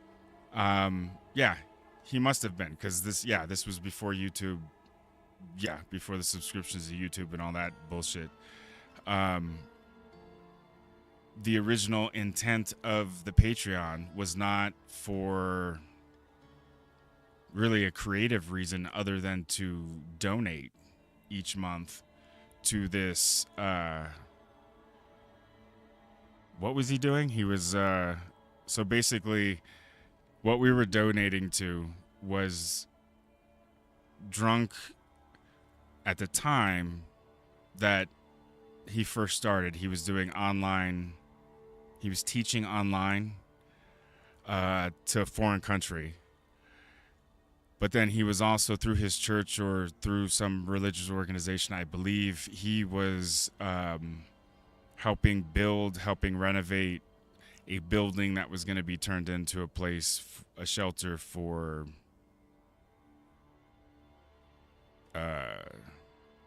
kids in El Salvador, a school.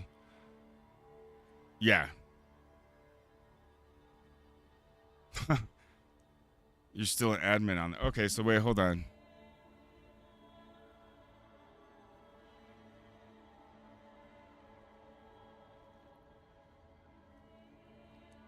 All right, let me get in here and actually do stuff.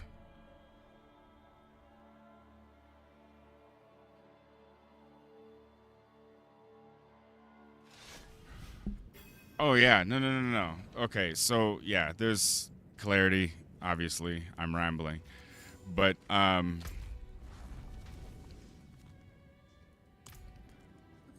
yeah. So that's what it was. It was for the renovating a building or something like that in El Salvador, and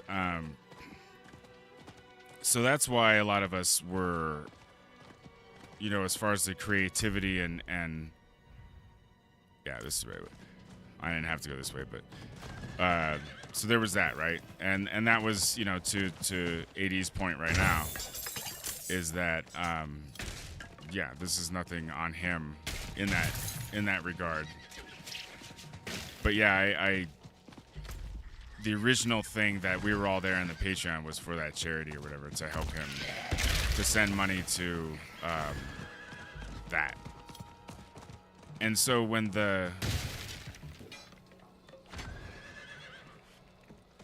and ultimately what ended up happening was there was a, if I remember the story correctly, the origin story, he made a comment, and I don't think he was, I forget exactly what the the original aspect of it was. But someone of that had a lot of, that was a bigger account or whatever, replied to him or quote tweeted him or something like that.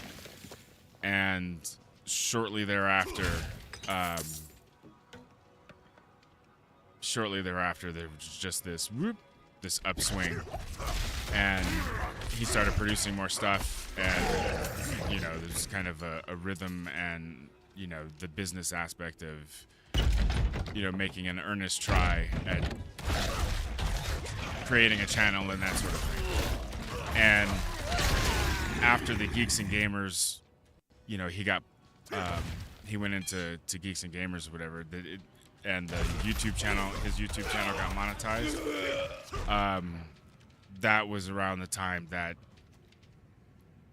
was if I recall correctly, that was COVID summer. He got monetized shortly before that. He was doing the parks, the Disneyland Parks channel or whatever, and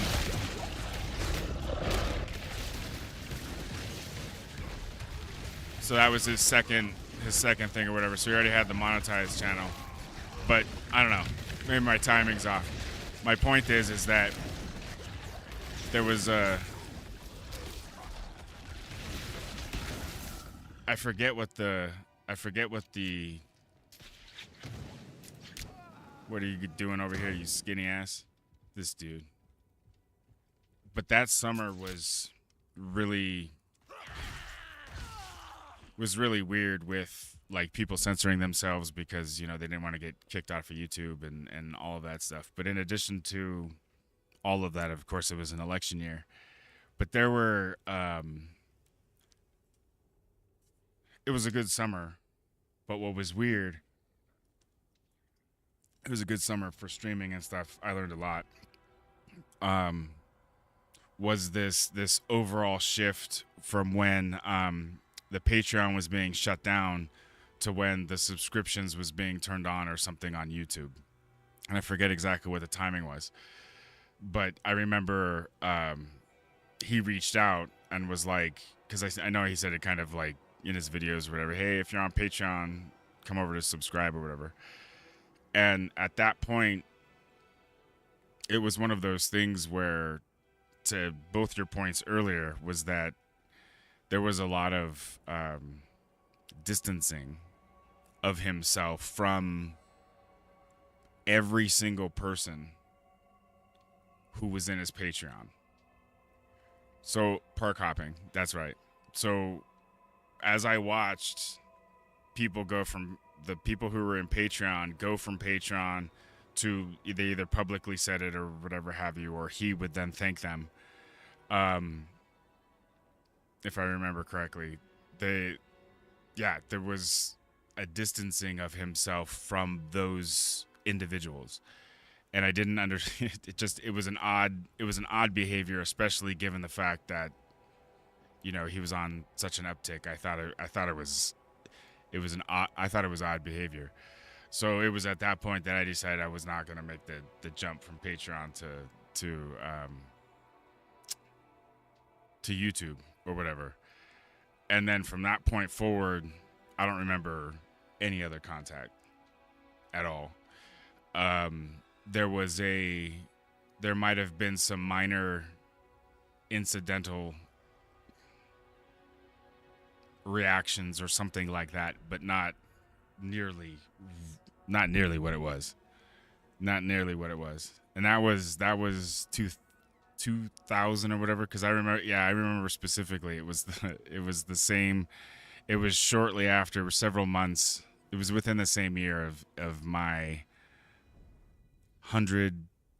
I got 100 followers on YouTube, and I had a celebration or whatever. It was that same, like a few months later, because it was during that 100 celebration or whatever have you. There was already tension and strife, and people behind the scenes were talking about like, yeah, there's no like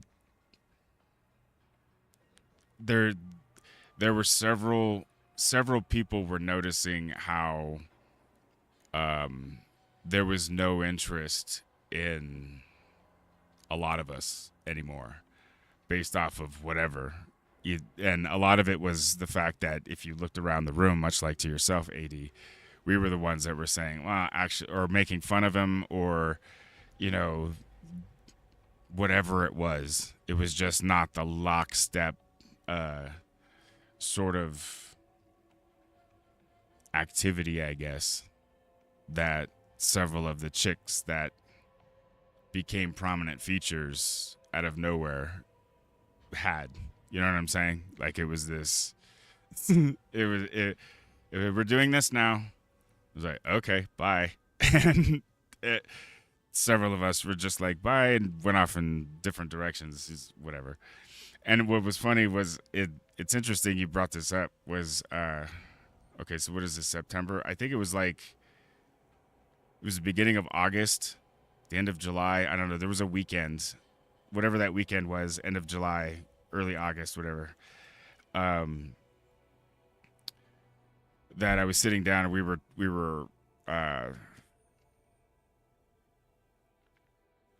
me and this guy were talking about the podcasting future, whatever, and what it could entail, and so on and so forth. And I had no idea that this dude knew. That's right, you were. That's absolutely right. You totally were. That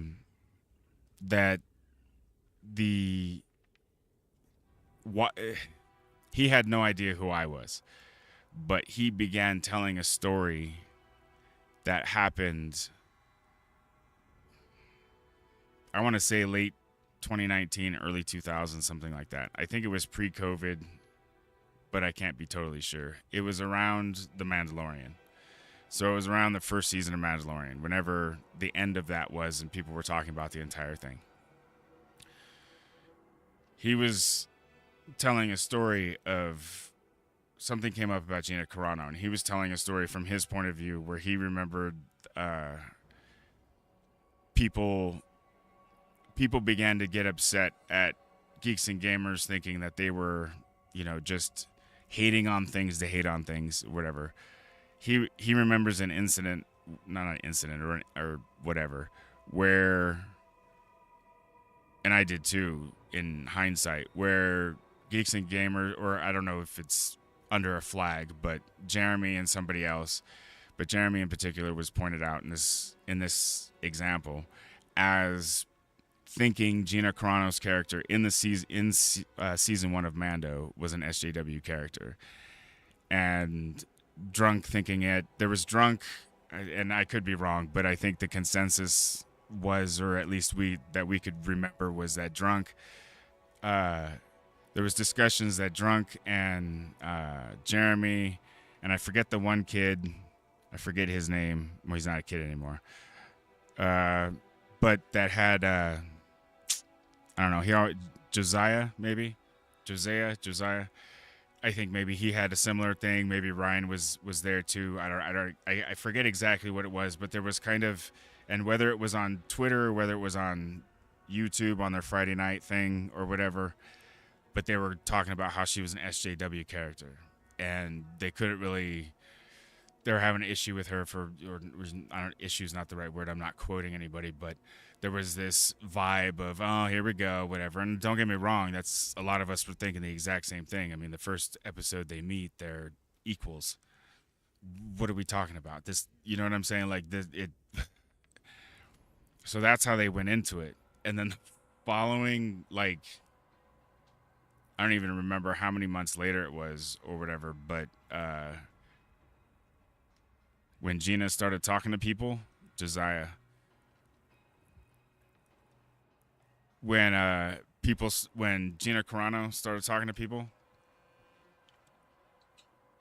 and she started responding to people, and responding to Geeks and Gamers people, and then all of a sudden, all the nerds that thought the cheerleader was stuck up, when she turned around one day and smiled and winked at him, they were like, oh my God. And then they all of a sudden became Gina Carano fans. Anybody catch on to that? But again, whatever. I mean, that wasn't my bag. I don't know. sweet, sweet lady. She really is. I've seen her several interviews and stuff. Absolutely sweet person. I have no issue with her as Gina Carano. I really don't. I would not call myself a fan of her acting. And I think that it's gotten better, but it's not, I don't know. It's just whatever. I remember season 1 having discussions with people who were like, she's the weakest part of the show. And then the next summer, I know it was COVID and everybody was crazy and shit, but the very next summer, the weakest part of the show started marketing herself to the loudest naysayers, and then they were all friends. So I don't know. I'm sure there's a lot of stuff. My point is I didn't care enough to ask, so let's not. I saw it one way and didn't really. Yeah. It was an interesting time, and I was doing my own thing anyways, starting to do my own thing anyways, regardless of how small it was. And it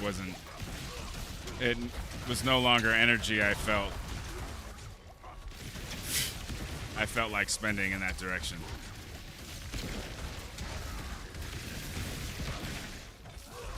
But yeah, there's a lot of what appears to be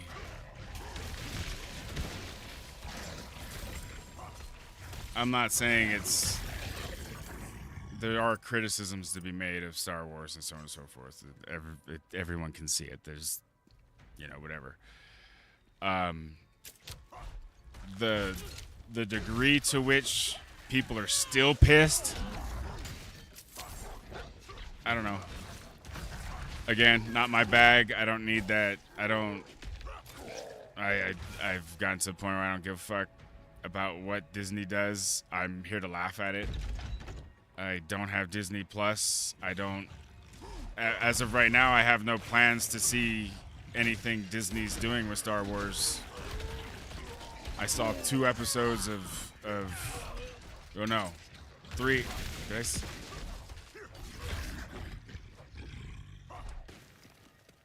I might have seen 3 episodes of Acolyte. Wait, the first night was 2. Yeah, so I saw 3. So the first thing was 2, and I saw 3. So I saw 3 episodes, and whatever. I was at somebody else's house, and it was funny. We had fun, but I had no interest in continuing that, even though I don't want to see Star Wars like that. So I just choose not to participate. And so with that comes a lot of I just don't pay attention to a lot of accounts anymore that still do that. I don't begrudge them their opinions or whatever. I just don't. Not to say we don't share opinions. There are times I've come across. This is another thing too. Someone retweets or whatever, and then people will DM me stuff, and we don't disagree. That's not even the point. It's just that the level with which there's still a fascination with needing to talk about stuff I'm not watching. You know what I mean? I've disengaged from the actual content, so I don't go looking for videos on the latest episode or why it sucked. I don't. You know what I mean? So.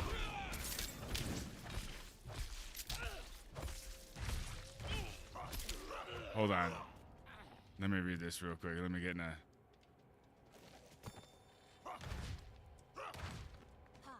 Is it true what they say? Unspent letter. Angel Hold on. walks among men? Oh.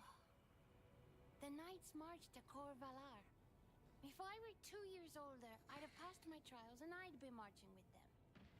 I know that. Instead, I know. I escaped don't and understand how defended she. until the knights can return. You'd be proud. No more polishing shields for me. Yeah, Give me a sword. that was the one thing that All right, soon. to. Edmund. Yeah, to watch season 2. No, she got fired after season 2.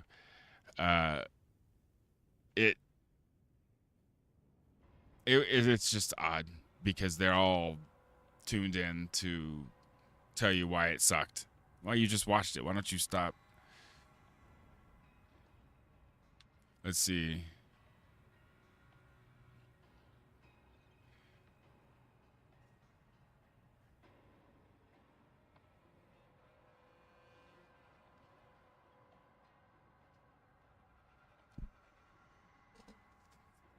Yeah. I mean, I have no whatever towards any of them.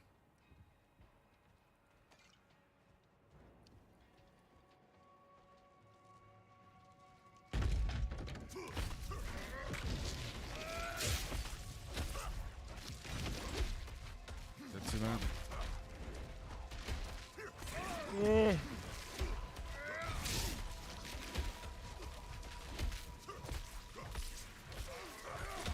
I think, and then kind of sort of tying it back to the, I think a lot of them just didn't know how to act.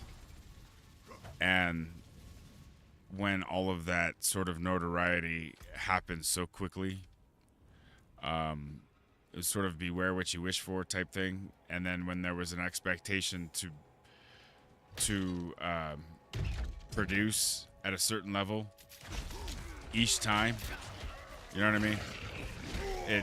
And to where it actually is a fucking job and there's a contract and those sorts of things.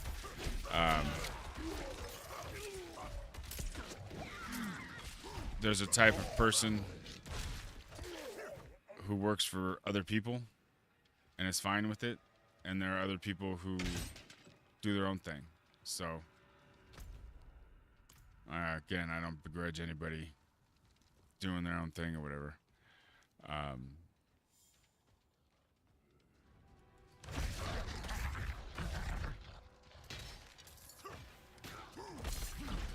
It's just a bizarre. It was just a bizarre situation at the time. I remember, and it might have actually been on the Patreon, the Patreon Parliament or whatever. I think that was probably the final coffin, and I forget exactly what the timing was, but I think it was after my 100th episode or whatever, or 100th follower episode. Was I don't even know who has those episodes anymore. I think I still have the ones that I did on my channel, but I don't even know who has the all of them. I think we did them all on our own channels or whatever. It'd be interesting to see them all together. But I think my the last time I hosted it, either the last time I hosted it or my next to last time of hosting it. I'm almost positive. When we were talking about the charity, and I think that probably was. I remember talking to, I forgot a lot of these people's names, but I remember talking to somebody in DMs about. I wonder if it was that episode of where we were laughing about. It wasn't a roast. It was like a light roast. It was a light roast of drunk. And I think that probably contributed to. It is what it is. He's got his thing to do, you know, whatever.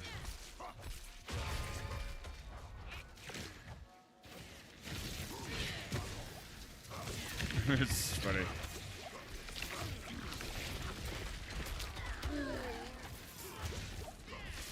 Oh, what the fuck, dude? Oh, I was gonna say, these damn things won't go away.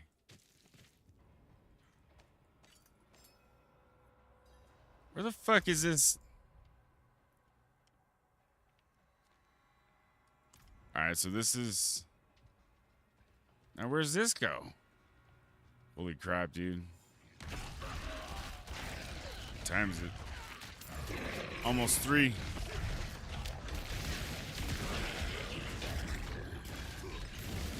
I'm low on fuel.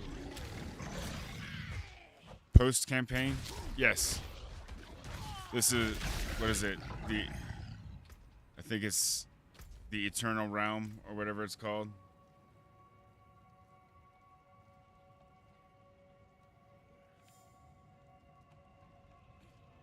Yeah.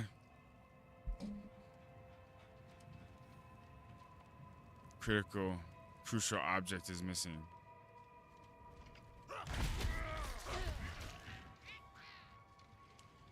Fun stuff. I'm not ready yet. Oops.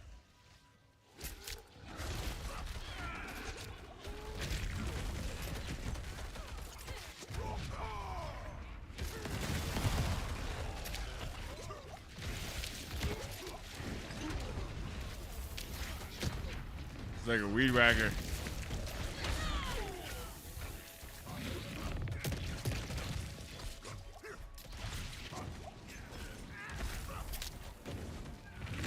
I must wait.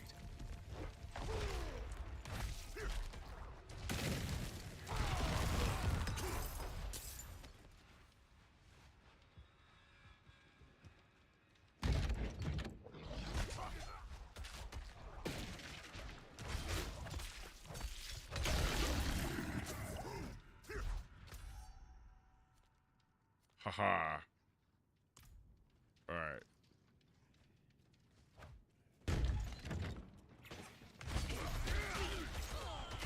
I'm gonna try to get this shit.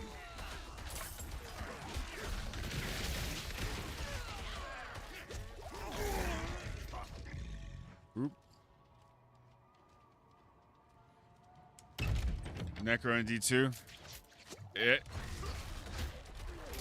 That was an interesting, yeah, because it was Monk and Necromancer that they added to, was it? No, Necromancer was in D2. It was an addition to D2, and then the Monk was the DLC. Wasn't it? I think that's how it went.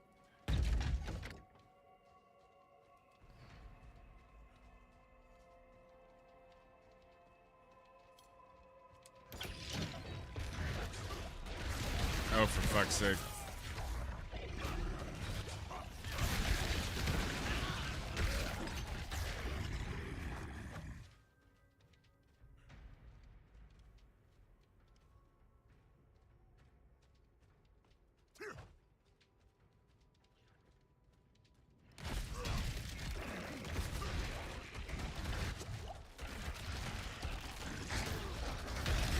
I'm low on fury.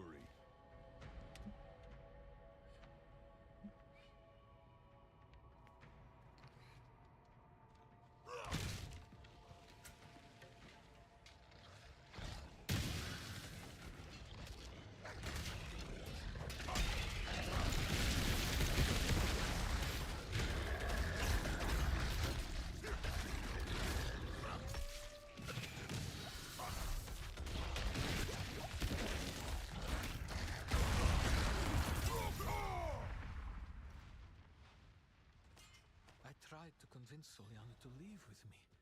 I told her that her son would rather grow up with a mother, and we could start over, away from this frozen wasteland. She refused. Oink. Soliana said to run would be to abandon the light and a better world for her son. She's right. Holy crap.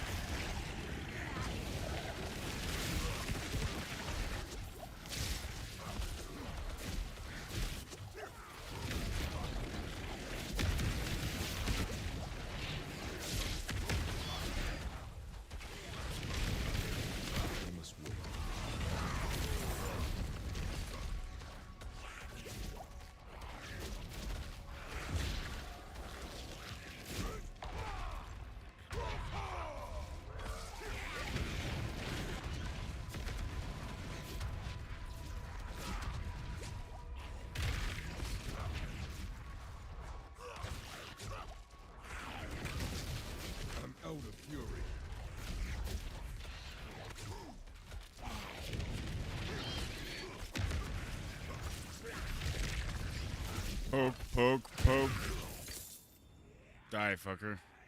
I'm not ready yet.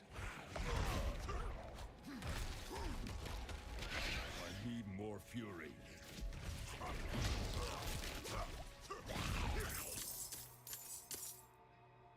Die. Alright, where are we at?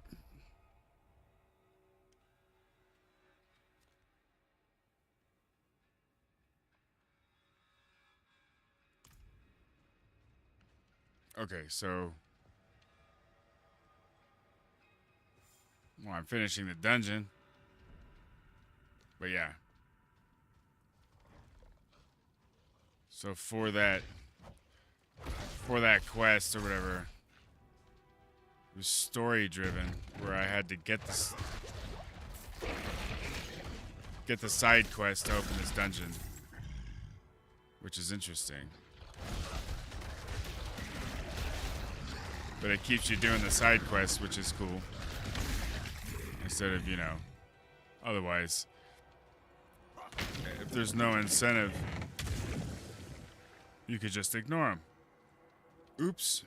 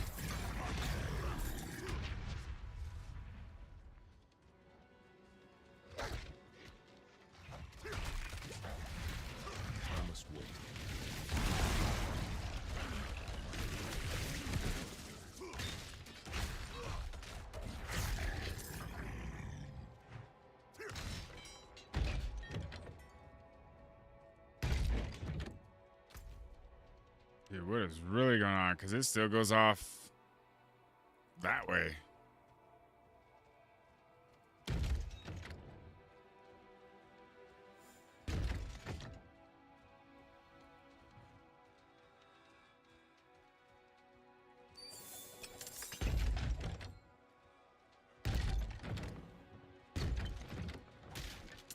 Poke, poke, poke.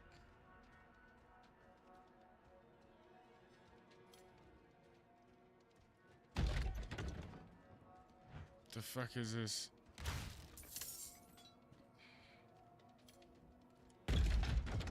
Big ass.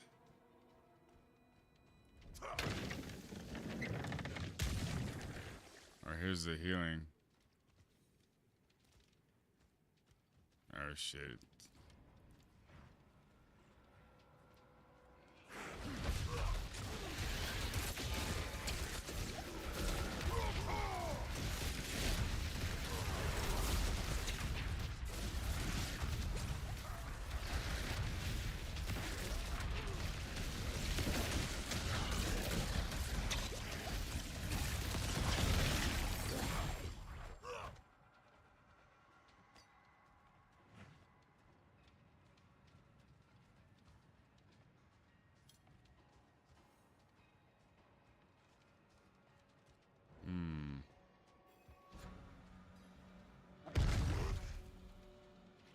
What the shit? Den mother.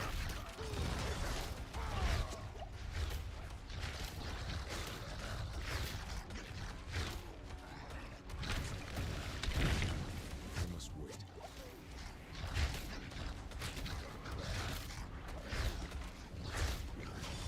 I need more fury. Ooh.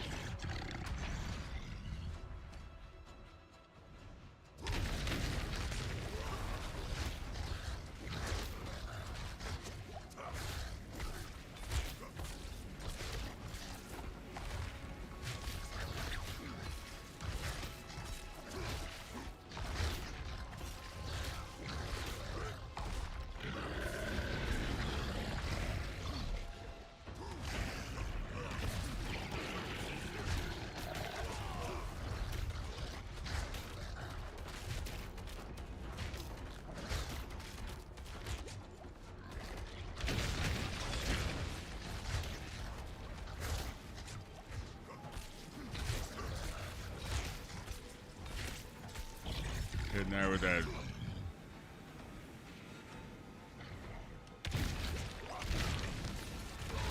Not ready yet.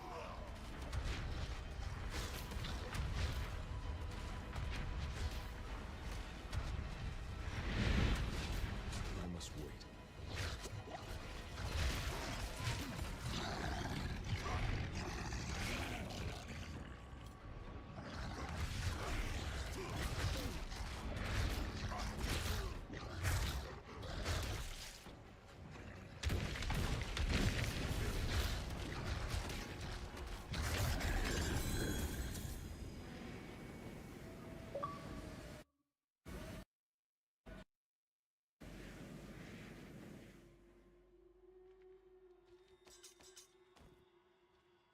Ruby.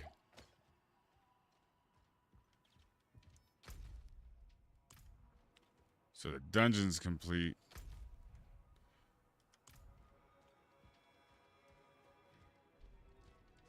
And we got that mission. And there's something else over here.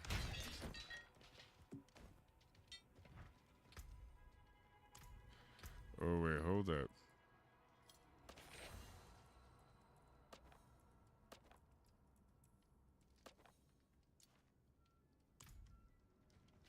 Let's just do this right now.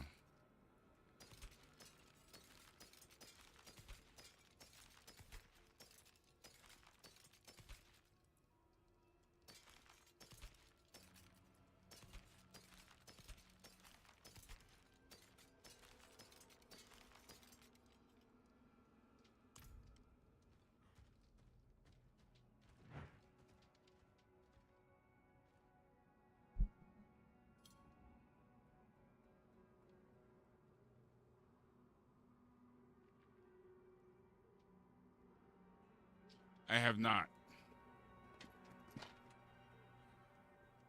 Draven on YouTube asking if I'd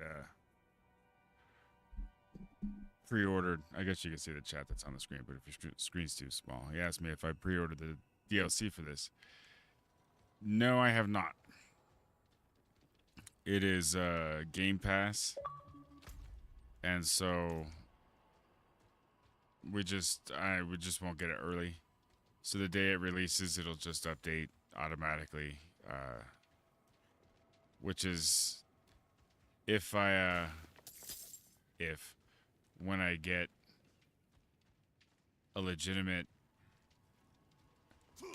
gaming computer that can handle, that'll be able to handle shit for the next 5 to 7 years. I'm gonna get that Windows Game Pass because there's some shit that I like, the transferability and all that stuff. I think it's a cool idea. I'd be interested in checking it out on PC to find out how much I'd use it. Okay, so where's this upper? So just keep going in that direction.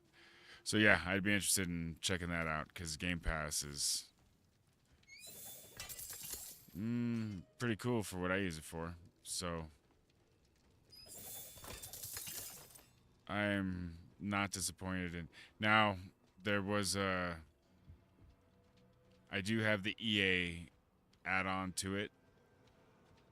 Or maybe that comes with Ultimate or whatever it is, but I have the EA aspect of it as well. I used to have Ubisoft separate from that, but those were all of that I had.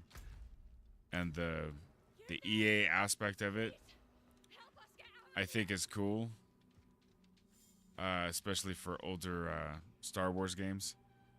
But I have those. I own most of them. The Star Wars games that I like, I own. So I don't really need it. It has been interesting to check out other games that, Electronic Arts has done as well. So, I don't know. But the Game Pass aspect of it and having Bethesda be in the Game Pass games, yeah, all that DLC, man, that's...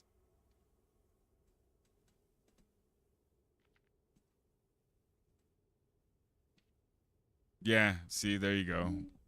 For Dragon Age. Phelan talk about that. Yeah, that.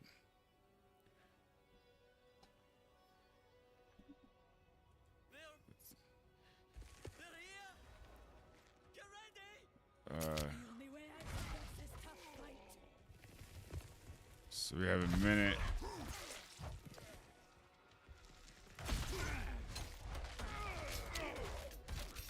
I don't have enough fury. So they 40 seconds.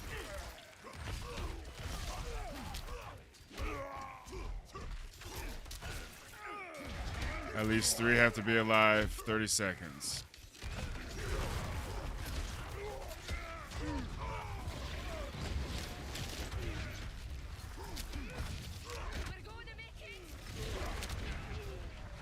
I'm not ready yet. I don't have enough fury.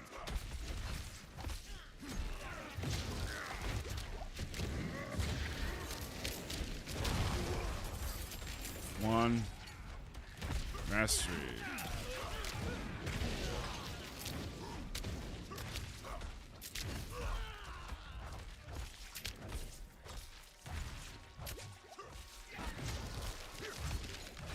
Take this, my friend. It's not much, but I hope it helps. That'll help just nicely. Thank you. Well, thank you very much. My bags are full. My bags are full. Oh, shit. Wow. Instead of going to town for that one piece.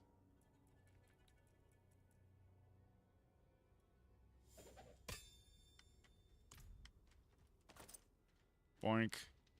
Alright, so this is that.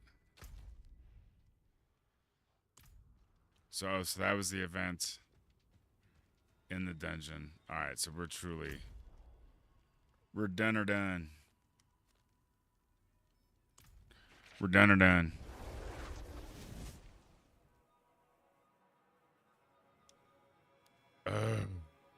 Yeah, losing your save data on a game like that. Dragon Age, Inquisition. I think I played the first one. I don't think I played Inquisition.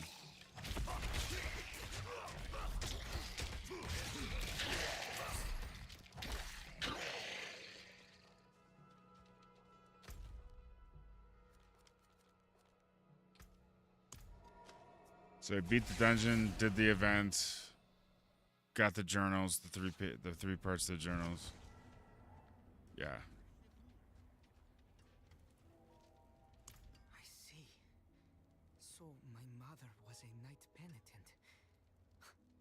Would she have made the same choice if she saw what the world has become? Thank you for bringing this to me.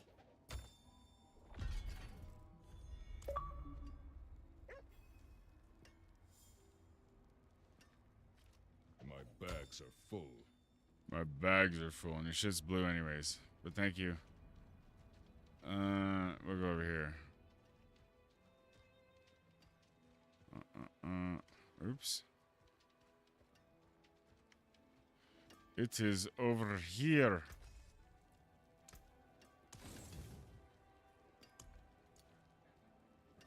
Anything breaks, the forge is hot.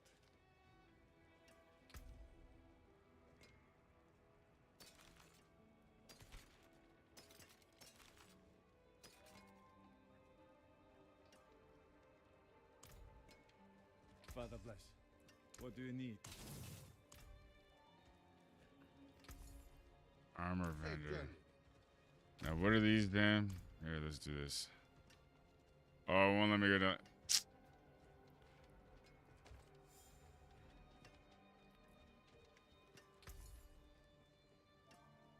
Oh, that's not what that is. Oh, it's a good thing I went back to pick it up.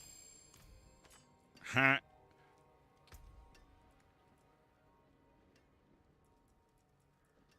These, though.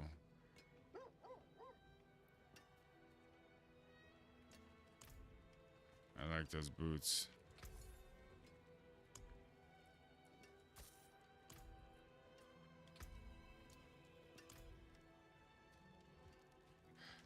I was saying that Past the altar on your way in. yesterday. I prefer the Perhaps you missed it. PC format. It's faster as far as click, click, click, click, click, click. You know, opening things up, opening your inventory, closing it, moving on, doing stuff. There is a joystick aspect to it. Side quest. Alright, so I've done 17 dungeons in this region, up from 14. So done the 3.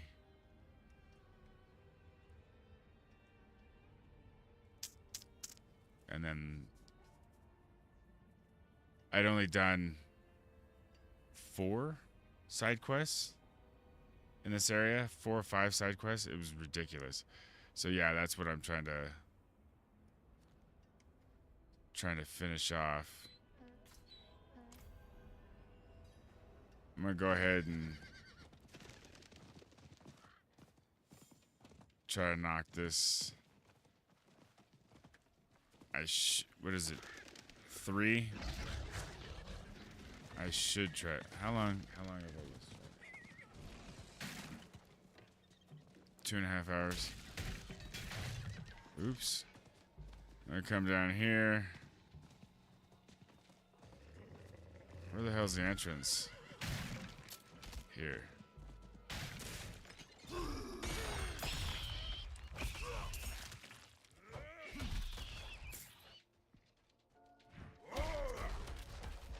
I'm low on fury.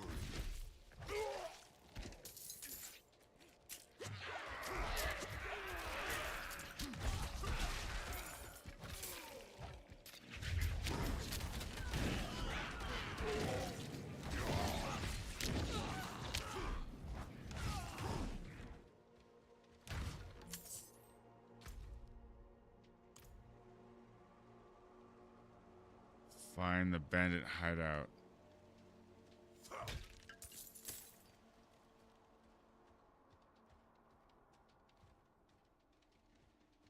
Well, I wonder if this is the bandit hideout.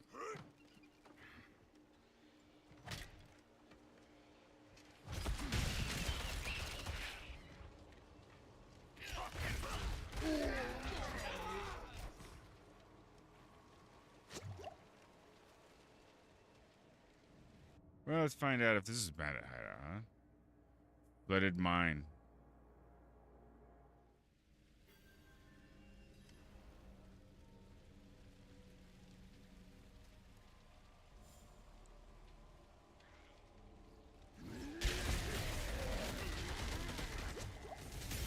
Oh, it's just one of these. I must wait.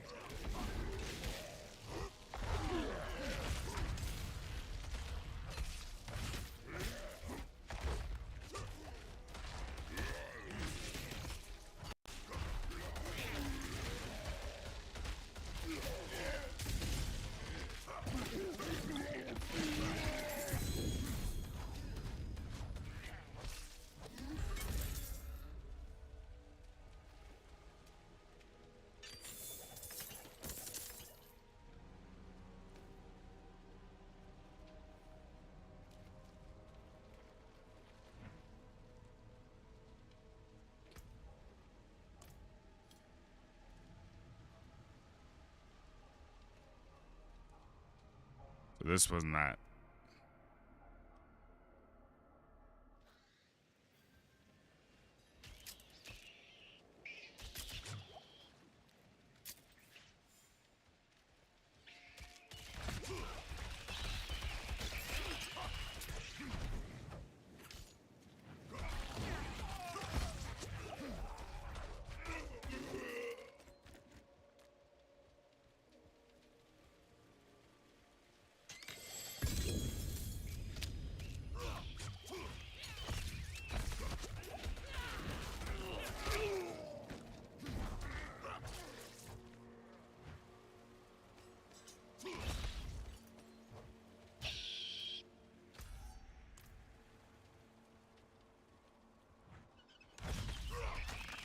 I must wait.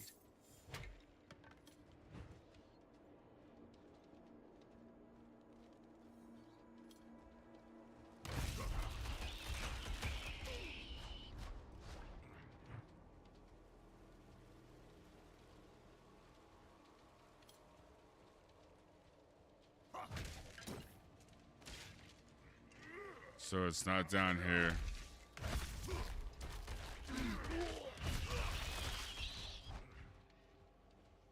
So it's got to be. This must be it. Let's go. I'm ready.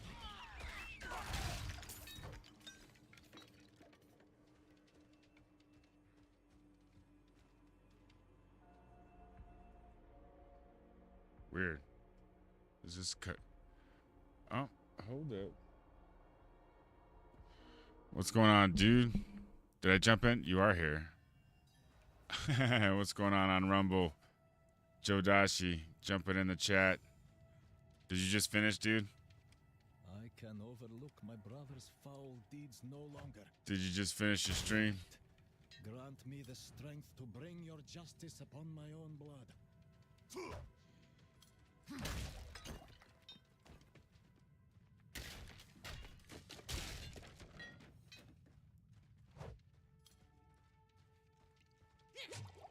Nice. Very cool. Well, it's late, dude. Thank you for jumping in. That's nice of you. I got chitter chatter going on YouTube as well. Couple of dudes from the old days bringing up the member berries of yesteryear.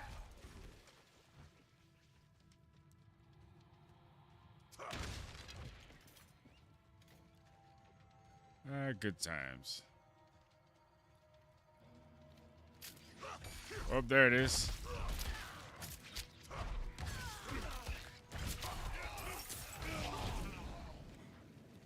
Nice.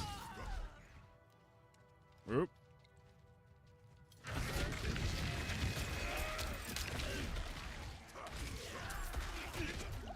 Looks like my...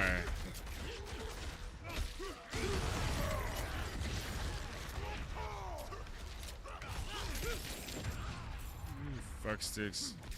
Whoop. Your pig stickers. Stop it. Pants, sacred pants. Give me those. Alright, where's this? Interact with the door. The door is locked. It's locked, you asshat. Ooh, hold on. I need more fury. There's the key.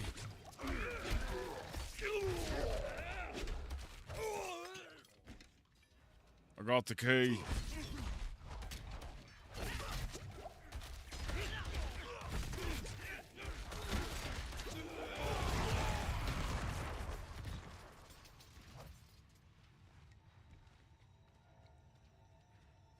I like that move because it goes boom, and then that barbarian, that phantom of the barbarian goes running off. It goes, does some damage on its own.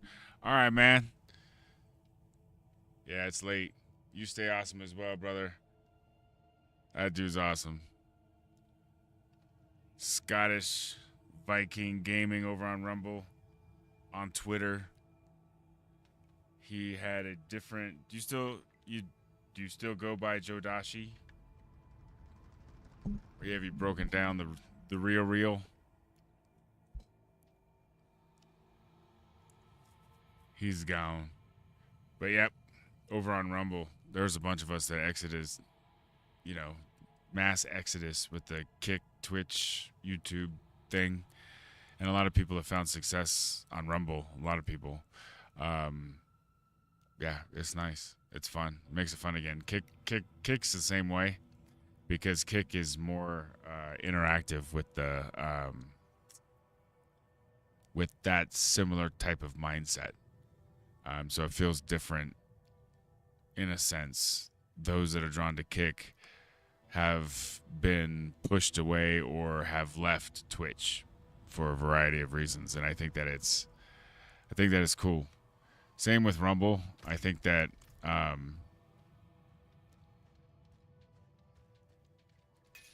I think both of those platforms have made streaming fun again for people who, for people like myself. I mean, if you're serious and you're into numbers and you're into ads and you're into all that stuff, and there's nothing wrong with that. That's not the level I'm at, and I'm not concerned with any of that. Their carrot for my level of effort and whatever else you want to call it. Rumble has been fun. The Twitch and YouTube carrot is, in my particular circumstance, a little too far out of reach. Unrealistic. There's a level of effort that needs to be put in that I didn't have the time or the bandwidth, you know what I mean? Wasn't the thing. But with the help of Twitter and other resources I learned from Twitch and YouTube. Oh shit. Rumble, streaming live to Rumble has been fun. A lot of interactions. That's how I met Joe Dashi, was through Rumble. Scottish Viking Gaming over on, that's the account over there.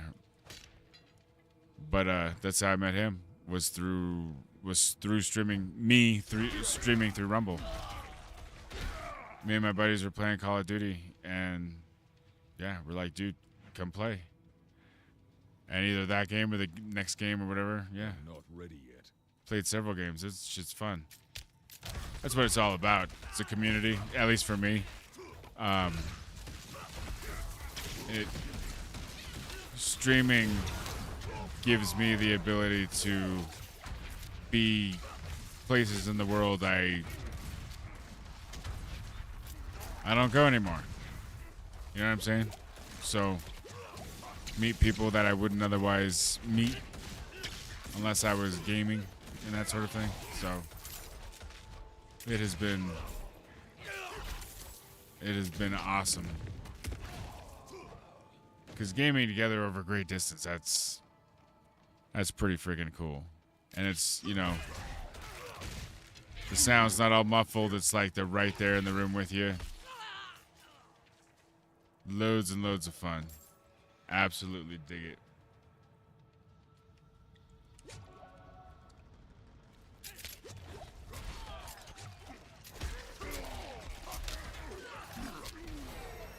Level 64. That's right, baby. Hell yeah.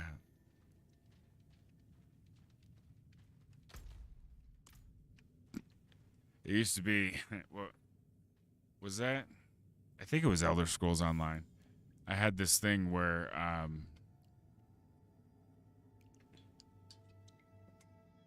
it was Elder Scrolls Online. I had this thing early on when I first started playing it. Like I said, I got into it. It was like right before their 5-year anniversary, right before Elsewhere. And I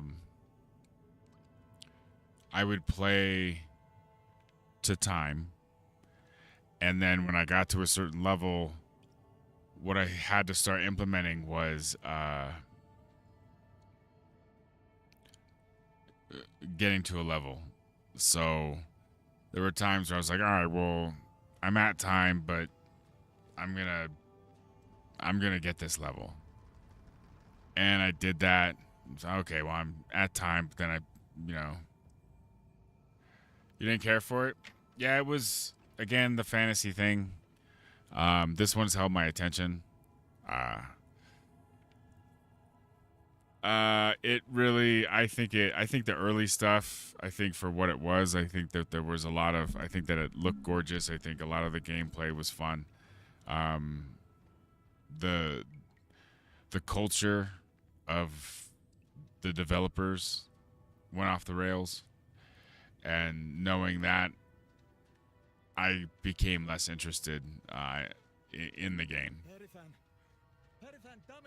And so it yeah. I think I played it for like 9 months. Like, a lot. That was what I played. Oh shit.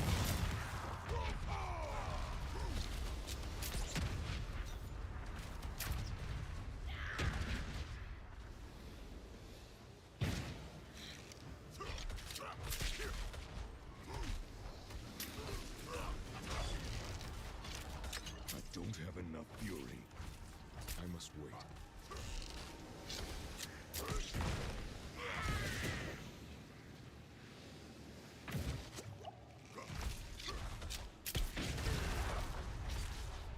Yeah, Elder Scrolls was fun, because of how you could play the characters, and so there was that, and then what I enjoyed a lot, and it wasn't necessarily because of Elder Scrolls Online, it was the people that were there, the different events that we would do with our characters and stuff that was off. It was just us being retarded in the game, but not playing the game. That was fun. And then what I also enjoyed was playing with people who, like, they had like multiple uber mega characters that would kick all my characters' asses because they've just been playing it. Again, they had the 5-year jump on me, you know, type thing. And so that was fun too, playing certain dungeons and stuff, because they were with me that I would otherwise, I think it was Elder Scrolls, yeah, I otherwise wouldn't be able to play or have access to if they weren't with me. So that was fun. And what was also funny was that's how I reconnected with a guy I used to go to high school with. Was through Elder Scrolls. I'm not even kidding. It's fucking hilarious. Good times.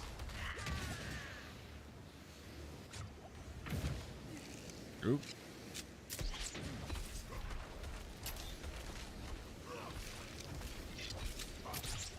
Did you die already?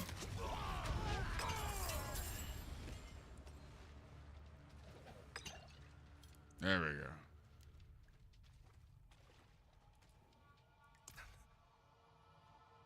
What have you done? How could you have fallen so far? Margrave demands justice, brother. I need justice. They told me it would be clean.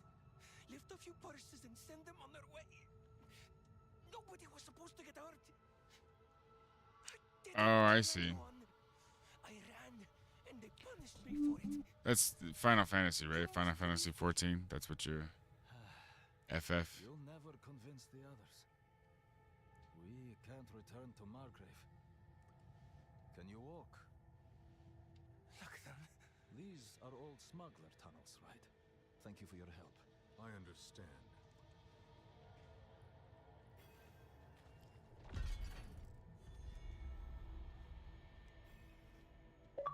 Bound by blood.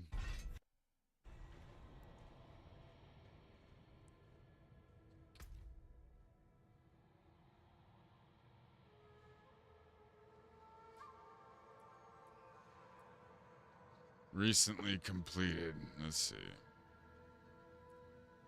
Yeah, I've been busy.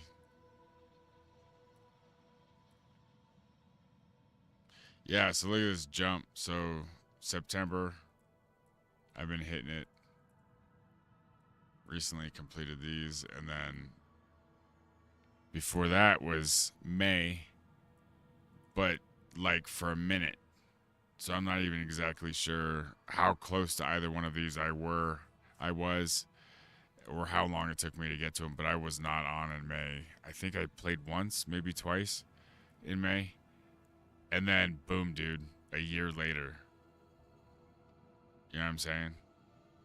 So, July of last year.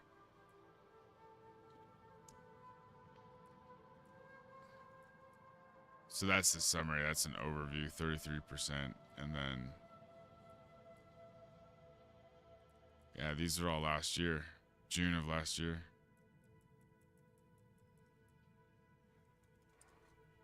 Oh, it's weird. What time is it? 3:30? And I've been streaming for how long? Almost 3 hours. Okay.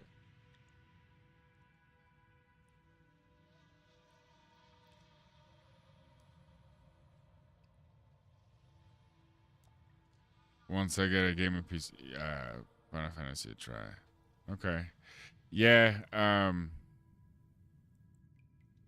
heard good things about Spider-Man too, and those are two. Those are two I don't. I haven't had the luxury of playing because I don't have PlayStation. So those are two franchises that I sort of, not so much anymore with Final Fantasy, but early on I didn't. It just blew right past me. The later iterations that are also on Xbox, I've been into other things.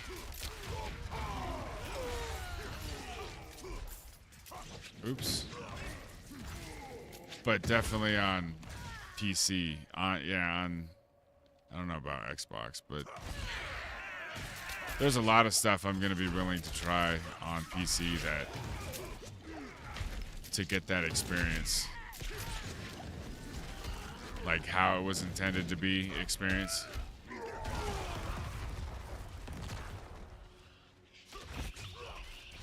Especially off Steam. Shit. That damn service. What is this? I'm not doing an event. I am in Fracture Peaks, but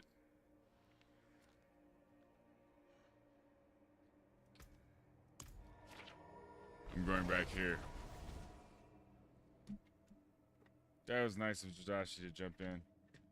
That dude was, yeah, he gave me the idea. He was doing a late night stream, and I couldn't sleep. And I was like, oh shit. And I happened to go on Rumble. Actually, no, that's not true. That was someone else. I'm thinking of something else. I was on Twitter, and his live thing came up. He streams to Twitter just like I do, or X, simulcast or whatever. And I saw it popped up on. Oops. Oh my goodness, I'm hitting the wrong buttons. But yeah, so it popped up on Twitter, and I couldn't get it to work to watch him live on Twitter, and so I threw him up on Rumble. It's good times, dude. I like Rumble. The reason I like Rumble is that there's a lot more freedom. There's less nonsense that YouTube and Twitch, because of how big they are, that they make their people put up with, that I don't care for anymore. It's not my bag. If I want to listen to music, I'm going to listen to music just like I was tonight. So I'm not concerned with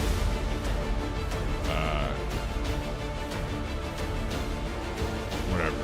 You know what I'm saying? I like the freedom of Kick. I like the freedom of Rumble. YouTube and Twitch, if they fall off, then they fall off. It's unfortunate, but their carrots are a little out of my wheelhouse, and that is okay. That's their thing. But I want to thank everybody for hanging out. I'm 97 Bravo. Everybody who's on X, I see you. On Rumble, I see you too. On Twitch and Kick, and yes, on YouTube. Big shout out to Angela Straven for hanging out all night long. Fallon Talks, jumping in late, providing some useful insight. We got Torch off Kick. Thank you again. I missed you. I apologize. You're awesome as always. I received 100 messages today. You guys are cool. Just the chitter chatter. Look at all this. I want to make sure I don't forget anybody. You guys be cool. Catch you next time. Laters.